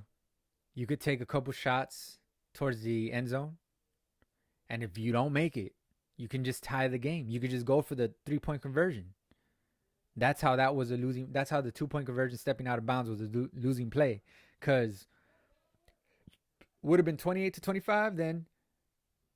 And that last drive, 27 seconds left, you don't make it in the end zone, just kick a field goal. We were at the 30-yard line. We ended up moving back towards the 30-yard line. Now that's a longer kick for Aubrey, obviously. So it would have been about a 50-yard field goal to tie the game at the end. It would have been 28-28. We wouldn't have had to throw that play to CD. Once again, a bad highlight from what would have been a good highlight. You know, we just do that to ourselves all the time. So we could have eliminated all of those things that happened after by just getting that 2-point conversion. And when you get the ball back, if you don't necessarily get in the end zone, you could just kick a field goal and tie the game. That would have gone into overtime. We would have had a whole different game. But nonetheless, if we kicked the field goal when I said that we should have kicked it and made it 28-20, none of this stuff happens, and we don't have to step out at 2-point conversion, and we don't have to try to get the ball back with 4 minutes left, because we would have already had the lead, and it would have been already a 28-28 game, and Hurts would have been trying to drive with 5 minutes left in the game to win the game. He would have, my prediction, he would have messed up. He would have thrown a pick six. He would have thrown an interception. We would have gotten the ball back. We would have gotten the ball back and went and kicked the field goal to win the game. We win 31-28 in my scenario. You know what I'm saying? That's the type of stuff that we could have saved ourselves if we just kicked the field goal with Aubrey in the first place to make it 28-20. But we didn't. And instead, we have all these situations at the end that didn't even need to happen. Okay? And let me just walk down to them. So we need a 3 and out. Get the ball back with 4 minutes left. That's what I wrote down when they were getting the ball back from the kickoff. Micah gets held. Second down, they don't call it. Not called. 5 minutes in the ball game. I wrote it down because, I mean, it was blatant. And even the announcer said that was holding. And that was so obvious, bro. If it was the other way around, we would have gotten called for that. That's all I'm saying. If it was us driving at the end to win, quote unquote, win the game, we would have gotten called for that holding, and they would have moved us back. And, you know, moving them back at that time would have been very much helpful instead of getting the ball way back at the 16-yard line to start this drive. Yeah. So Micah gets held. They don't call it. Okay, whatever. Then we hold them to a 3 and out. Like I said, with 4 minutes left. We do exactly what I said, what I wrote down. But instead of 4 minutes, it's 4 minutes and 50 seconds. That's almost 5 minutes. So we get the ball back with almost 5 minutes on the clock.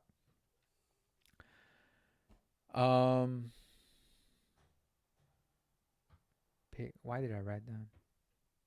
Oh, and I put, we get the ball with 4 minutes and 50 seconds left. Great. Here we go. Just like Dak's cadence. Here we go. Then, pick on Bradbury. Why did I write down pick on Bradbury? Oh, yeah, of course. All right. I was thinking of interception pick. No. Pick on Bradbury as in throw to him. That's what I wrote down for this drive. And sure enough, that's what we did. I'm telling you, I have it up here. Okay? I mean, that's just a common sense will tell you if you know the squad that you're facing. Which, of course, I do. I don't know if y'all do. Leave it in the comments. Like, comment, subscribe, by the way. Helps a lot. Okay? I'm almost done here with the key plays. Need a couple more. And that's it. Okay? I'm getting towards the end. Here we go. The climax. Okay? Dak stepping up in the pocket is good. I noticed that on this drive. Like, he's getting out of trouble. You know what I'm saying? He's stepping up. I haven't seen that consistently from him ever since his time in the league. I'm pretty sure they're running drills with him in practice. Okay, 2 seconds, step up, step up. 2 seconds, step up, step up. Cause like it seems to be a little thing that he's doing now, and I hadn't seen it for almost this whole season up until 2 weeks ago, and I hadn't seen it earlier in his career consistently. He would stay flat-footed in the pocket. He would just hold on to the pocket so much and not want to roll out. He would do it every now and then. I'm not saying he didn't ever do it, but now it's just a clock thing now, and he's doing it all the time, and I love it, bro. Anytime there's a little, and Romo used to do this all the time. That's why I love Romo. He had very, very, very above or underrated pocket awareness. Did Romo? I believe he had the best pocket awareness that I've seen, up there with Brady. Like even better than Brady, because the plays that Romo would do in the pocket when he would when I don't know if you've seen the one against the Giants where he kind of like bought himself time by just like zigzag, like moving side to side in the pocket, and the defenders are obviously trying to rush at him, and they see him moving side to side, and they don't know which way to go, and he just like threw it to Dez on the corner of the end zone. He had the one against the Ravens when he is going on missing tackles and this and that, and a break. Missing. They're missing him for the sack and stuff like that, and then he just rolls out and completes the pass. I think it was against the Seahawks actually. Then he had one I think against the Eagles. Just plays like that. Dak is making those plays now, and I love it, bro. I love it. So on this drive, stepping up, rolling out, buying a little bit of extra 2 seconds to throw the ball. He's not waiting 4 seconds to do that like he used to. He's waiting like 3 seconds. Okay, his pocket clock is better now. I've noticed that. It's like they're working on it in practice. I just know it, bro. I just can feel it. I just can see it. I don't know if y'all can see it, but big conversion on third down to Ferguson, with 3 minutes in the ball game. Dak gets sacked on next play. Okay, Dak gets sacked on next play. So, and that was Steele that gave up that sack. Refs picking up flag on hands to the face against Gallup on that play where he got sacked, which was kind of weird because it was hands to the face. They even showed the replay, and the announcer was like, why did they pick that up? I don't know. And then they just moved on to the next play like nothing happened. I don't know, man. So then he gets sacked again right after that. Okay. 4th and 8. Dak goes to Tolbert. Man across the board. And Dak goes to Tolbert. Which Tolbert was going against Bradbury. It's good. It's good. It's good. But the announcer did mention, and I kind of agreed with him, if you are going to pick on someone man to man, or if you're going to, it's the game on the line, bro. The game's on the line. 4th and 8. The game's on the line, and you're going to go to Tolbert? Ferguson had more of a rapport with Dak this whole game and even last game. You kind of want to probably go to Ferguson or Lamb, bro. Or Cooks. Cooks is a clutch catcher, bro. He snatches everything in his... So, if you get Cooks, man, Cooks is not going to drop the ball. I can tell you that much. Cooks is not going to drop the ball. He's not going to do a Gallup. He's not... But even Gallup has made clutch plays. Like, Gallup is clutch. He does drop the footballs early in the game and stuff like that. He does have those every now and then. So does Lamb. But Gallup has been nothing but clutch. When we need him to catch a ball, he catches a ball, bro. So you go to Tolbert in that situation. I wish Gallup was in the game. I don't know if Gallup was in the game. I don't know if they substituted him out or we just had 4 receivers. I didn't take an extra look at that play. All I'm saying is, okay, you picked on Bradbury. All right. I agree with that. But like I said, don't just go by the numbers. Don't just go by the stats. Go with what makes sense in the moment. You know what I'm saying? Um, uh, Tolbert was running like a dig route. You know, Lamb is running down the field. You at least have a chance to at least score with Lamb or get intercepted. And if you get intercepted, it's on 4th and 8. If you get intercepted at the goal line or before the goal line, then you set them up with bad field position. Then you could stop them easier and stuff like that, right? So, you just got to weigh out everything, bro. Yeah, I would have liked to. Yeah, I like the fact that they picked on Bradbury. Of course, I said that to start the drive, but you want to go with what makes sense too, bro. With what makes sense. And in that case, you don't really want to go to Tolbert, man. Like in that game on the line type situation, you have Lamb, you have Ferguson that's been balling out this game, um, and making great catches. Excuse me, and making great catches. But yeah, with 1 minute and 22 seconds, okay, that happens. Um, and once again, in that situation, we could have kicked a field goal. I believe I explained it wrong earlier. I think I explained it wrong a little earlier. That I was explaining it like that was just the last drive. I think, but uh, this is the second to the last drive. This is before we got the ball back towards the end. So we could have kicked the field goal to tie the game on this drive. Is what I meant to say. Had Dak not stepped out of bounds in a 2-point conversion. So my bad for. I always correct myself. Every now and then I mess up. I correct myself. I always catch myself usually, but yeah. So we could have just kicked the field goal, but we couldn't do that because we had to go for it on 4th and 8 because of the fact that Dak stepped out of bounds. So now that would have never happened had we just gone for the field goal. That would have, and all of this would have never happened if we had just gone for the 28-20 and made it a 1-possession game. But that's neither here nor there. We're in this situation because of the things that we did to get here, right? So now, 1 minute and 7 seconds in the ball game, 3rd and 7. Eagles fumble the ball. Swift runs into Brown's back. It was like a butt fumble type of situation or whatever. And except it went their way. They ended up winning the game. They ended up recovering the ball and kicking the ball away and getting a very favorable roll bounce inside the 20-yard line. And like the announcer said, it went as good as the Eagles could have hoped inside the 20-yard line for us. And we had to work magic from there. But yeah, we would have gotten the ball. That would have been crazy, bro. We would have already gotten the ball with 59 seconds, bro.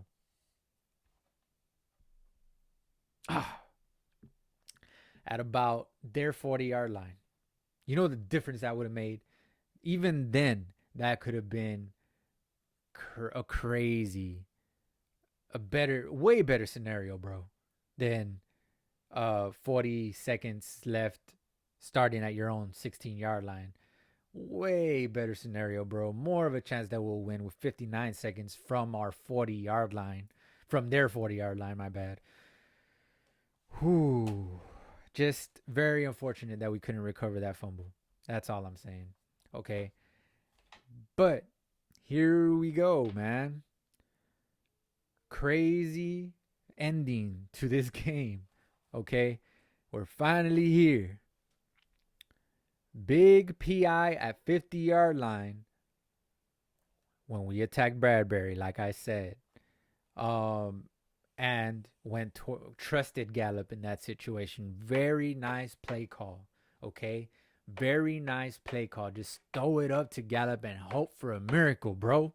That's what did we have left? You know what I'm saying? And it seemed that Gallup was single covered. So that's a no-brainer, bro. Do that more often.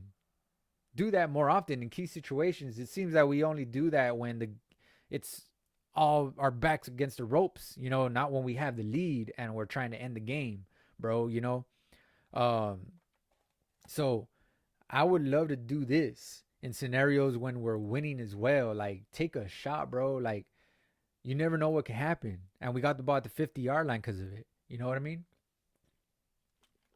That's the key play on this drive. Without that, we don't have a chance, bro. we we don't have a chance because we're gonna have to march down the field, dink it to the sidelines, and probably get tackled inbounds. And there's only 40 seconds left, less than 40 seconds left, if that play isn't made. By the time you hit the 50-yard line, there'd be like 20 seconds left, maybe 15, and then you're hoping for a Hail Mary at that point. So very good play, bro. Very nice play call. I totally agree with that. Attack Bradbury. Throw it up to Gallup as well. Both situations I love. Going to Gallup and going to Bradbury. Okay, very good. And you gotta roughing the passer. I believe that was on that same play. All of that equals to us being inside our red zone already with about 40 seconds left. Can you imagine a better scenario, bro? Just as good as the scenario was for the Eagles to get a kick from inside their own territory and start us off with our drive, punt the ball so that it rolls into our own 16-yard line. As good a scenario as that was, this was an even better scenario for us to get the ball in our red zone with like 30 seconds, more than 30 seconds left. That was just a crazy, everything we could have hoped for to end this game the way it turned out. Everything we could have hoped for just went our way, bro. That is big. That is big, big, big, big, big. And I wish we could have capitalized, but we didn't. Because of bad decisions, bro. Just because of bad decisions. But, crazy. Roughing the passer on Reddick. Then the next play, they jump off sides. Now we are inside the 10. I think we're at our 6-yard line. Yeah, we were at our 6-yard line. It put us at the 6-yard line after they jumped off sides. Can you imagine a more perfect scenario, bro? I'm just saying, bro, this was so insane, bro. Got us to the 6-yard line with about 20, I think that was with 27 seconds, right? You're at the 6-yard line with 27 seconds with all 4 downs. 27 seconds. You are not, if you get to the 4th try, assuming that you didn't get sacked on any of those attempts, you will get 4 tries from the 6-yard line to score. I love those odds, bro. I love those odds. It couldn't have worked out more perfect for us, bro. Couldn't have. But somehow, some way, Stephen A's voice. There's an accident waiting to happen. Somehow, some way, bro. Ain't that a shame? Ain't that a damn shame, bro? Ain't that a shame? Ain't that a shame, bro? I need to get some sound effects. I need to get a soundboard. That would make, instead of slamming my highlighter on the desk, I need to get a soundboard. That's for damn sure. But we need to get our stuff together. For not lack of a better word, but you know the other word.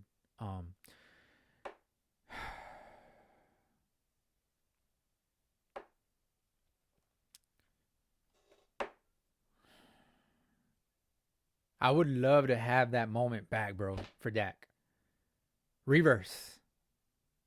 Reverse, reverse. Like the song.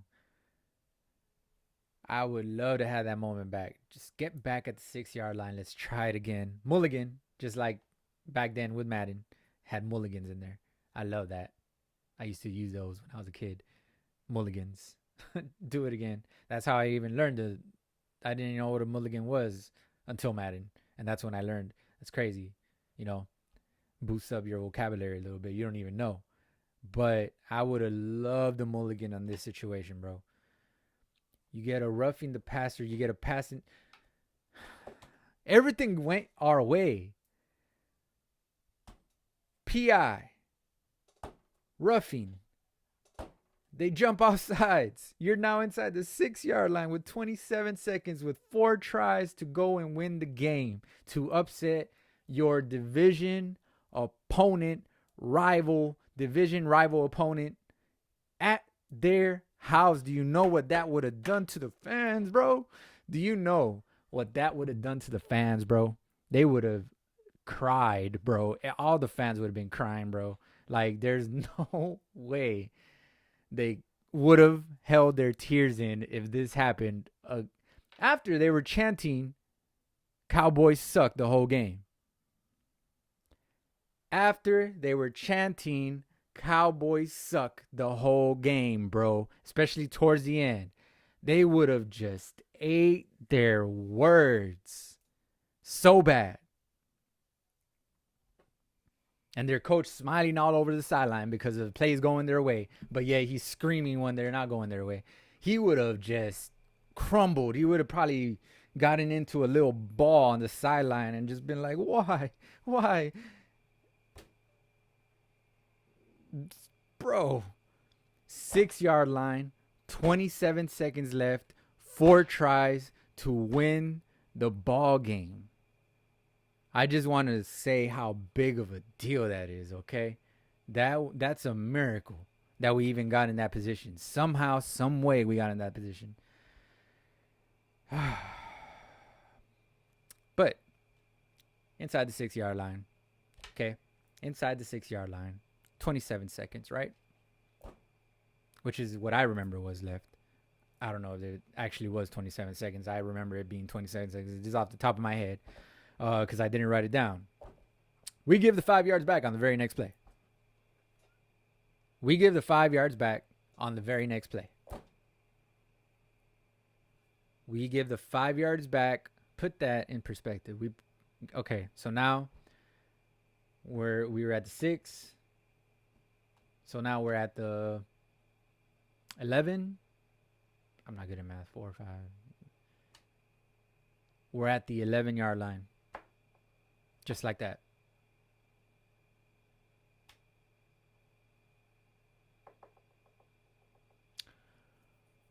We're at the 11 yard line just like that. Right? So then, right after that, penalty. Right? 3 penalties in a row. Or not in a row, right? 2 penalties in a row. One by them, one by us, right? So during those penalties, right, you have time to talk things out, get the play that you're going to call. Of course, whenever there's a penalty, the play clock goes to like 20 seconds or whatever it is. It doesn't go to the full 40 or whatever the regular time is. So you have to rush. You already know, bro. I think it goes to 25 seconds, actually. But you already know this. You're an NFL player, and I kind of know it. So you should know it. Okay? You should know it. You should know it. But we get a delay a game on the next play. So they jumped off sides, got a roughing the passer, got a PI, put us inside the 6 yard line. And we end up at the 11, then at the, I don't know how to do math, bro, but we end up like at the 16 yard line with 27 seconds. Okay? Without a play being ran, we lost 20 yards, bro. Like damn near 20 yards. So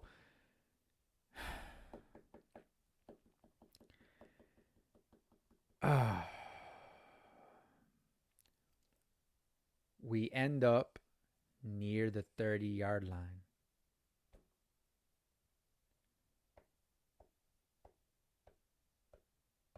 We end up at the near the 30-yard line.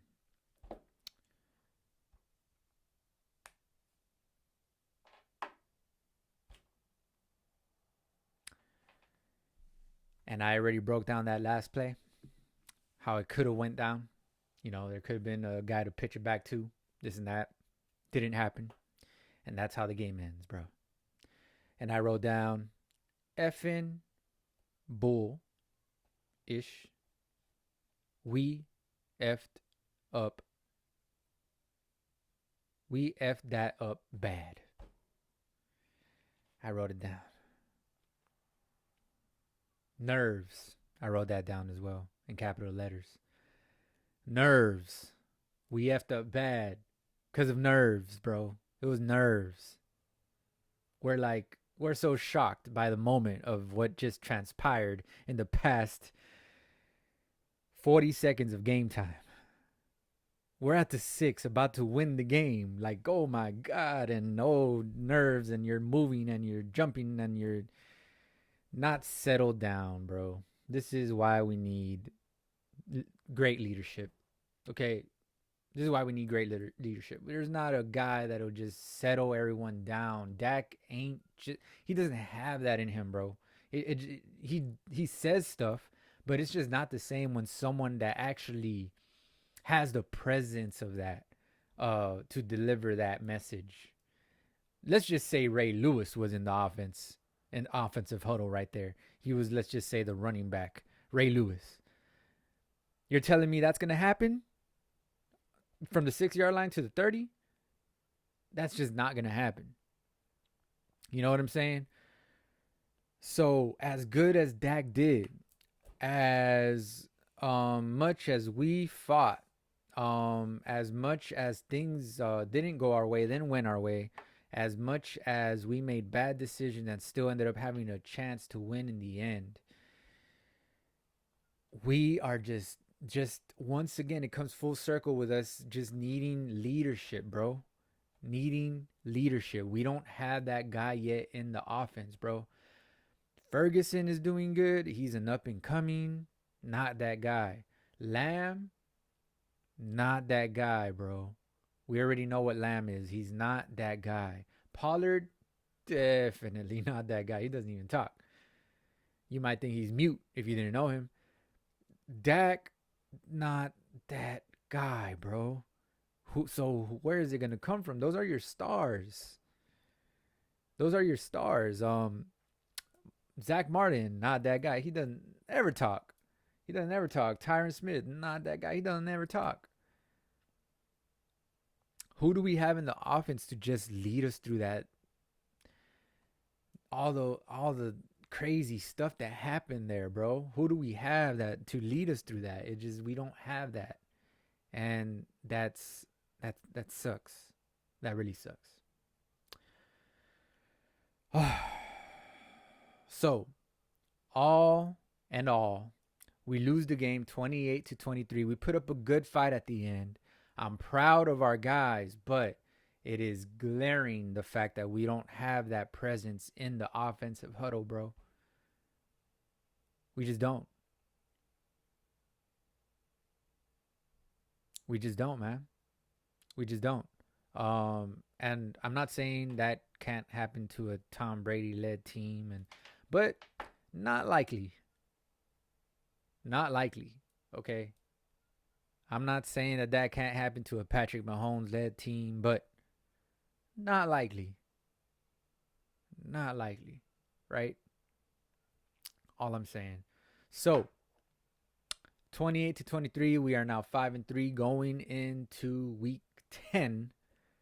Remember when we were just starting this season and now we're going to week 10. Crazy outcome.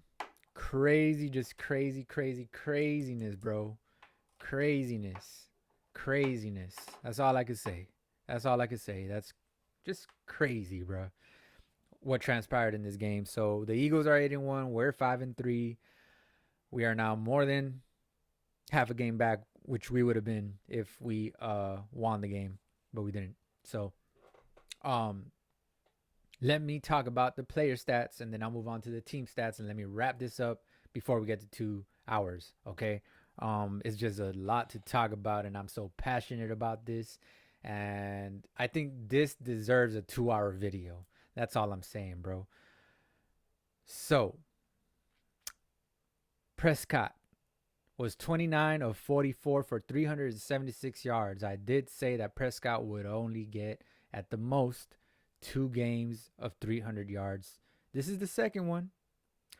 This is his second one this season. 29 of 44 for 376 yards.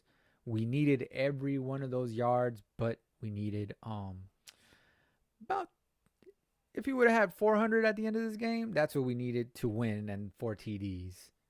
But he didn't get that. So he only had 3 TDs, 376 yards, which is nothing to sniff at. 29 to 44. Pollard, 12 carries for 51 yards, 4.2 a carry. He had a solid game, but we still want more. We still want a banger in there, bro. We need a banger, bro. Talking about Leonard Fournette type-ish running back. Something, okay. CD. 11 catches for 193 yards, 17.5 a catch. Very good numbers. Second game in a row, CD eclipses the 100-yard mark. Very good. And I think the second game in a row where he eclipses the 150-yard mark, right? I think he had one. He had 158 yards last week and 12 catches. So, second game in a row where he has more than 10 catches and more than 150 yards. Very good. That's what I said last week that we needed to incorporate going forward. CD being that Cooper Kupp, that Michael, I can't remember his damn last name, number 13 from the Saints. You know what I'm talking about. That guy leading the NFL in snags, bro. From this point on, it doesn't have to be the whole season. He doesn't, but from this point on, I want CD. CD needs to be this guy for us to win. We do need to find more of a running game going forward. We do need to, like I said, expose matchups more, better. Mike McCarthy. That's all on Mike McCarthy. And I'm partly on Dak as well. We need to expose matchups better going forward, putting our teammates in the best position to win.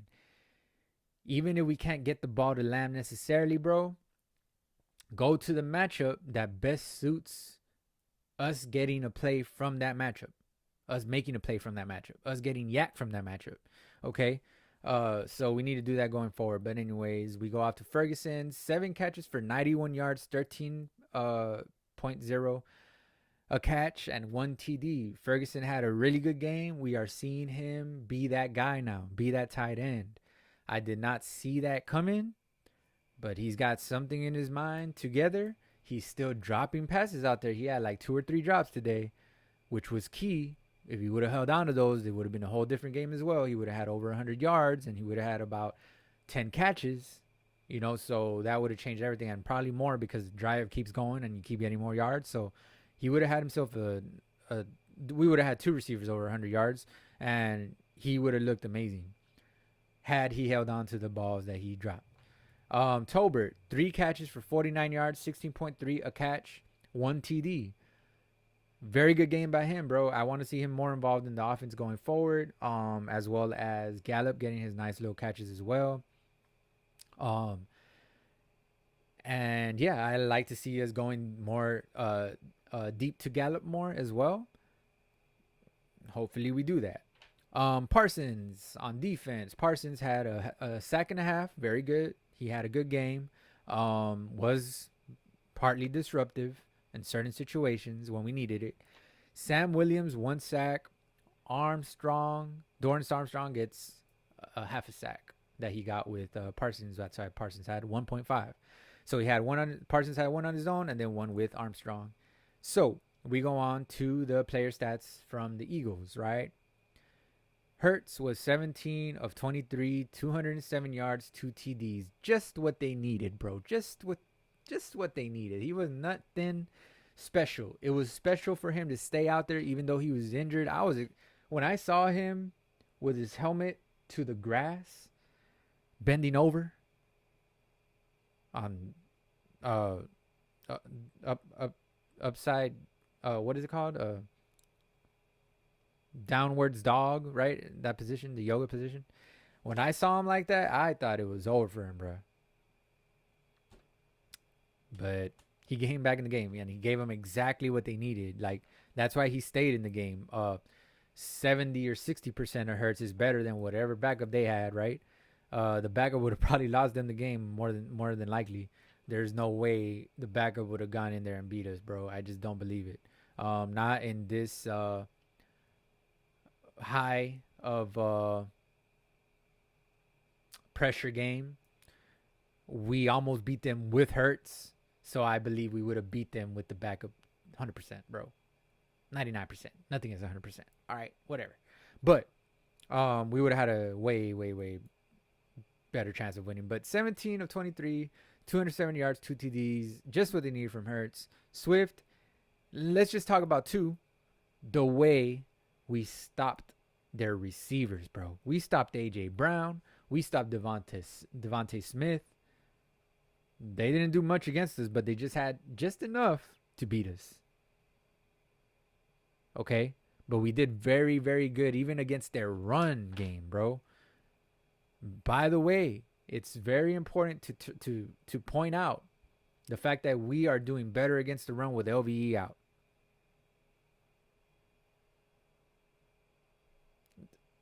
Maybe something needs to change there. We could have gotten rid of him at the trade deadline. I'm not sure if you're allowed to get rid of players that are on the inactive or the PUP list or whatever. But I would start to look to getting rid of LVE, bro. He's not looking the same. He keeps getting injured.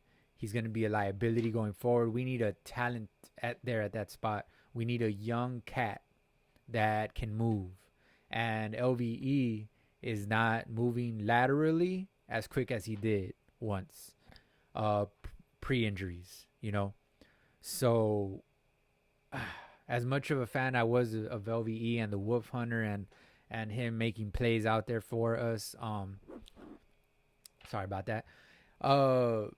As much as a fan as I was of that, it's whatever's best for our team. It's like when Jalen Smith started lacking in play and not stopping the run as well and giving up big runs.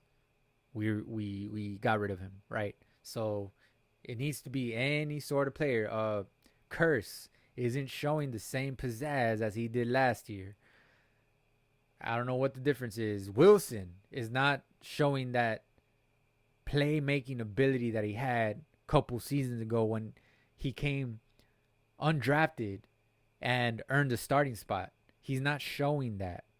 Okay, we're not seeing that from our two safeties. Hooker is playing pretty good, but still not at a level, this is the rating I would give them. I like to give ratings on this podcast, okay? The rating I would give Kurtz this season, 76, 77, right?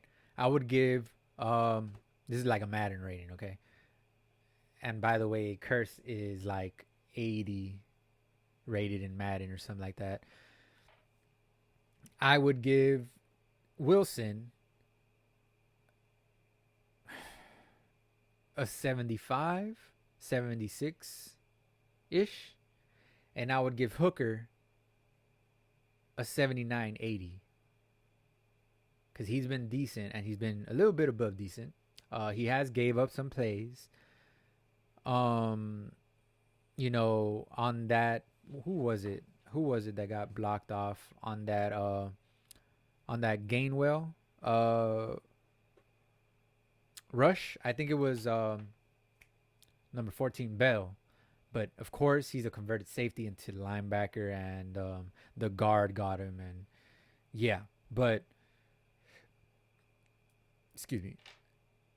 Yeah, I would like to see some changes, especially next year. Those guys ain't producing as well as they once did. So it would be an upgrade to get someone that can replace at least one of them. Keep a couple. Keep. I would like to keep Hooker. I would like to keep Hooker, but we need to get rid of Curse and Wilson. I believe going into next season, man. That's just like off the top of my head right now because of what I've seen transpire.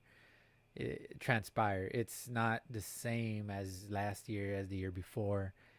They're not making those big plays. They're not making those big stops as well as consistently. You know, I saw Curse as a 84 overall his first year. I saw Wilson as a 82, 83 overall. You know, and I saw Hooker as a honestly like an 87 overall when he was 86 ish, 85 when he was first in, you know, before he got injured again and this and that. But yeah, but they're doing a good enough job for get to give us a 5-3 record, right? So it's not all bad. I'm just saying that they're not playing as good as you would want the safeties on a number one defense to play. That's all. Okay, that's all. We need to upgrade on safeties, man. That's what we do need. Um, but nonetheless, I am a fan of those guys. I hope they get their stuff together. All I'm saying is I haven't seen it from them, bro, the way I want to. Okay, so that's all. Okay, leave your leave your opinion in the comments. Okay, I like to see opinions from different people. Like, comment, subscribe if you stayed this late. Um, if you've stayed this late,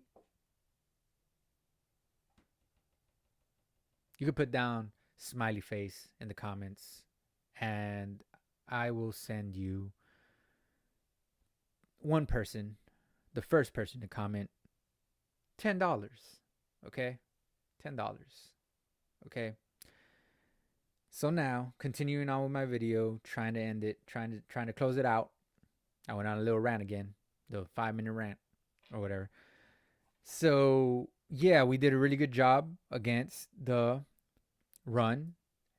I mean, Swift was 18 carries for 43 yards. Um, only 2.4 a carry. You know what I'm saying? So nice right there. Hurts had 10 carries for 36 yards, 3.6 a carry. Of course, he was hurt, hobbling out there. But he still found a way to get some key first downs and this and that. And I was just like, man, someone tackle that guy. He's not even at full speed. How are you falling for him?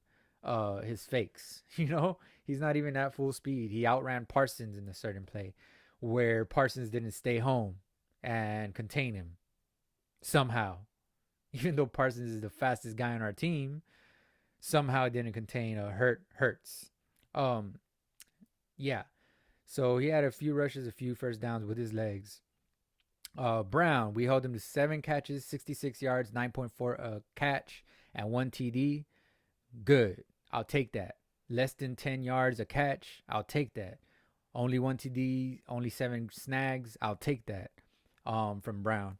Hopefully we do that the next game as well. And hopefully if they have these same numbers, likewise numbers, similar numbers, the next game, we will beat them. Without the TDs, of course. Hurts had 2 TDs, and yeah, we don't want that. He had a rushing TD with the quarterback sneak.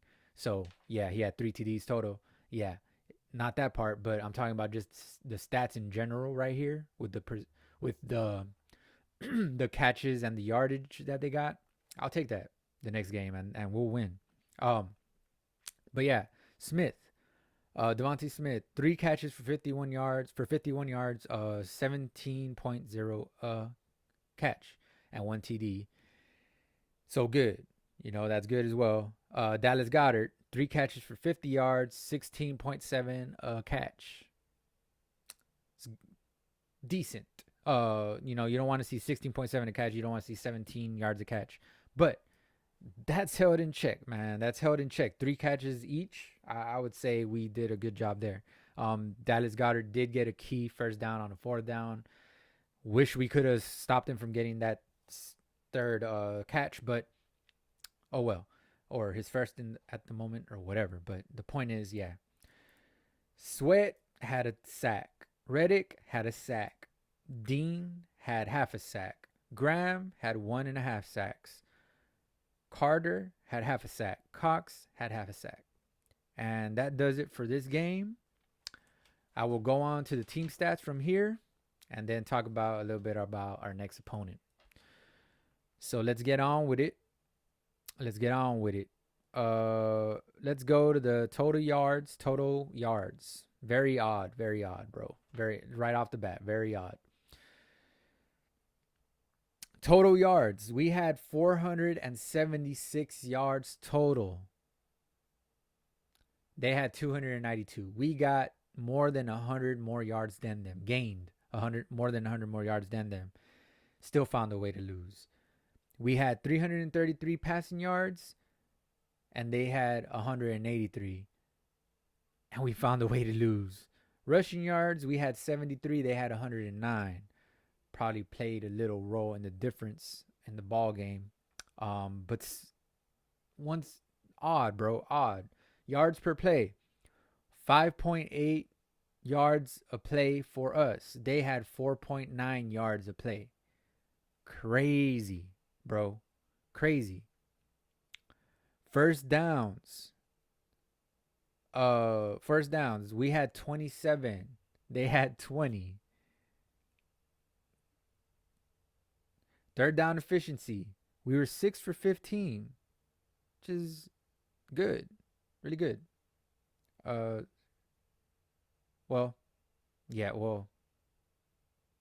you want to get like 7 of 15, but 6 of 15 is good, especially on the road. I'll take that, but could have been a win.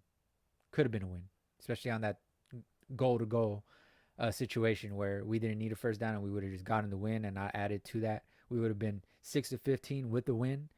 I'll take that.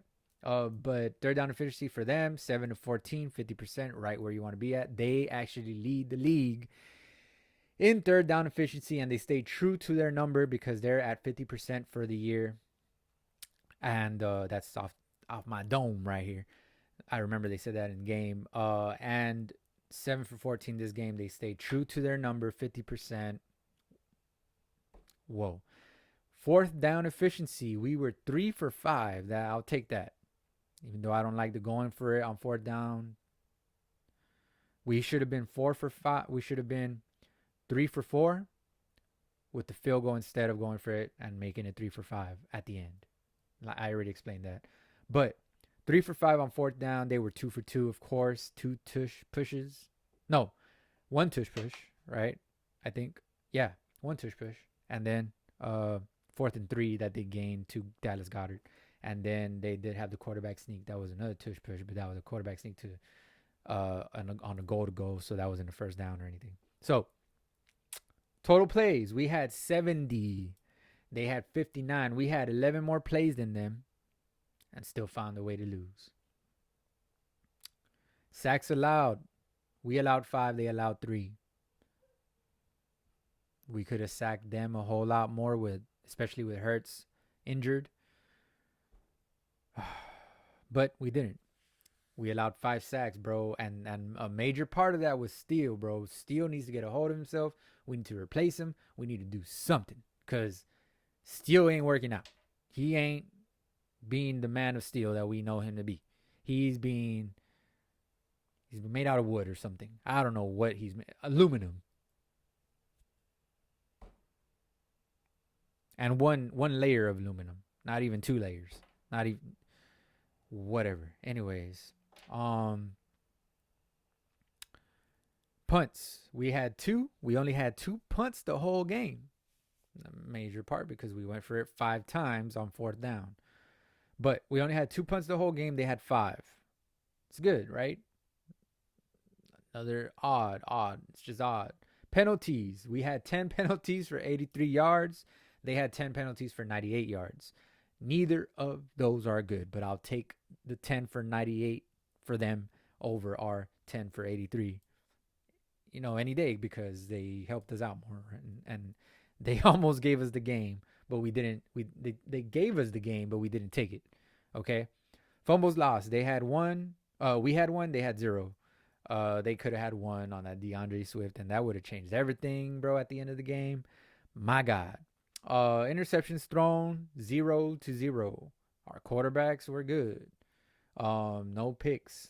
So that says a lot about Dak. High pressure game, and he didn't throw any picks. That's really good to see, bro. And he took chances, but just he was accurate with the football and took good chances, like chances where it was a calculated risk. Like it was either our player was going to catch it or no one was going to catch it type stuff. So that was good on Dak's part, man. Dak did really good this game.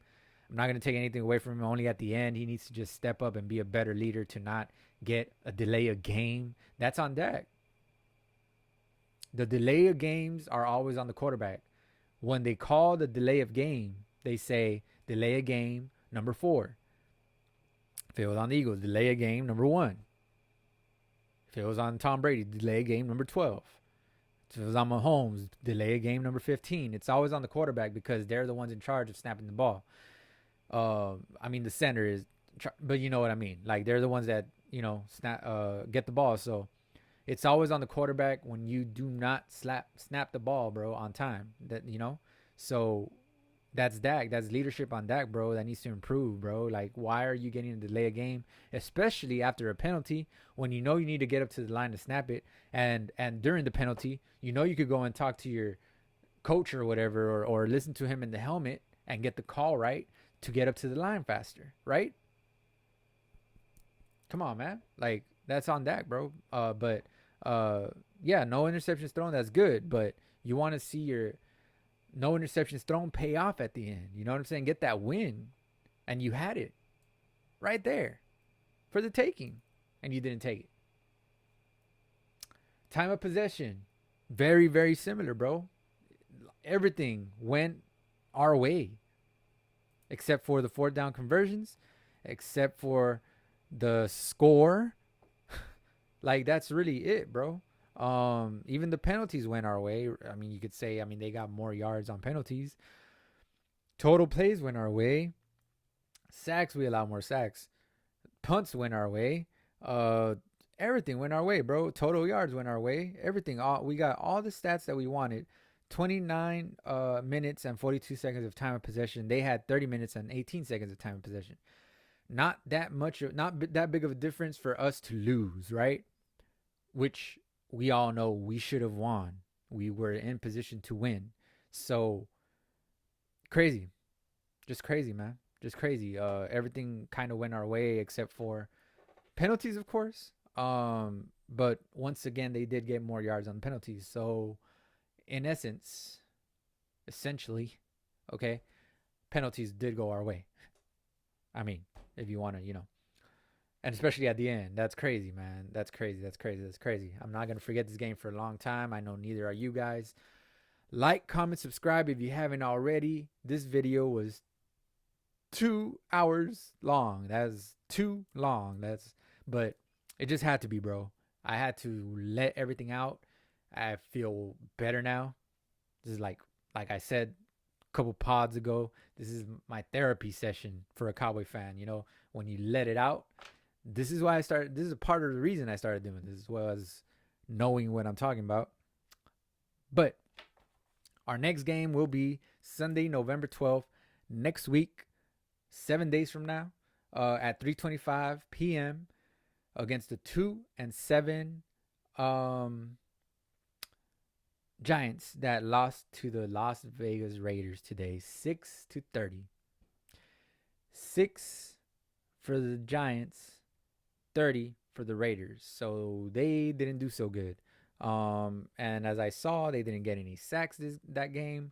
I don't know. I didn't check the team stats. I just went for the player stats. But I didn't see anybody get sacks. Like, they're not much of anything, bro. We beat them 40-0 the first meeting.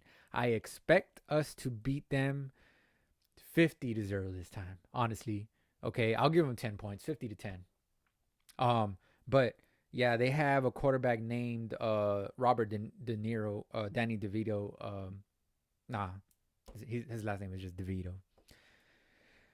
They have Saquon Barkley, of course. They have Slayton. Once again, neither of them had a big game. Earlier today. So that's that. We're gonna face them, and I'll see you next week. I'll be here right after the game as well, just about the same time. Maybe it will be a shorter video since I expect to win that game and not just vent the whole time. So let's do it. Let's end it right here. Thanks for watching once again. If you heard a little bit earlier, you know what to do. All right, like, comment, subscribe. I will see you next week, and after a victory, hopefully. Okay, let's not lose to the 2-7 Giants. Hope not, right? And we're gonna be home as well, so we don't lose at home usually. So we have a 11 game home streak to withstand, and I believe it was 12 already. I'm not sure. Don't quote me on that. I think, but yeah, we have a streak at home. That's all I'm saying. We're gonna look to add to that. Okay, next week. See you here again.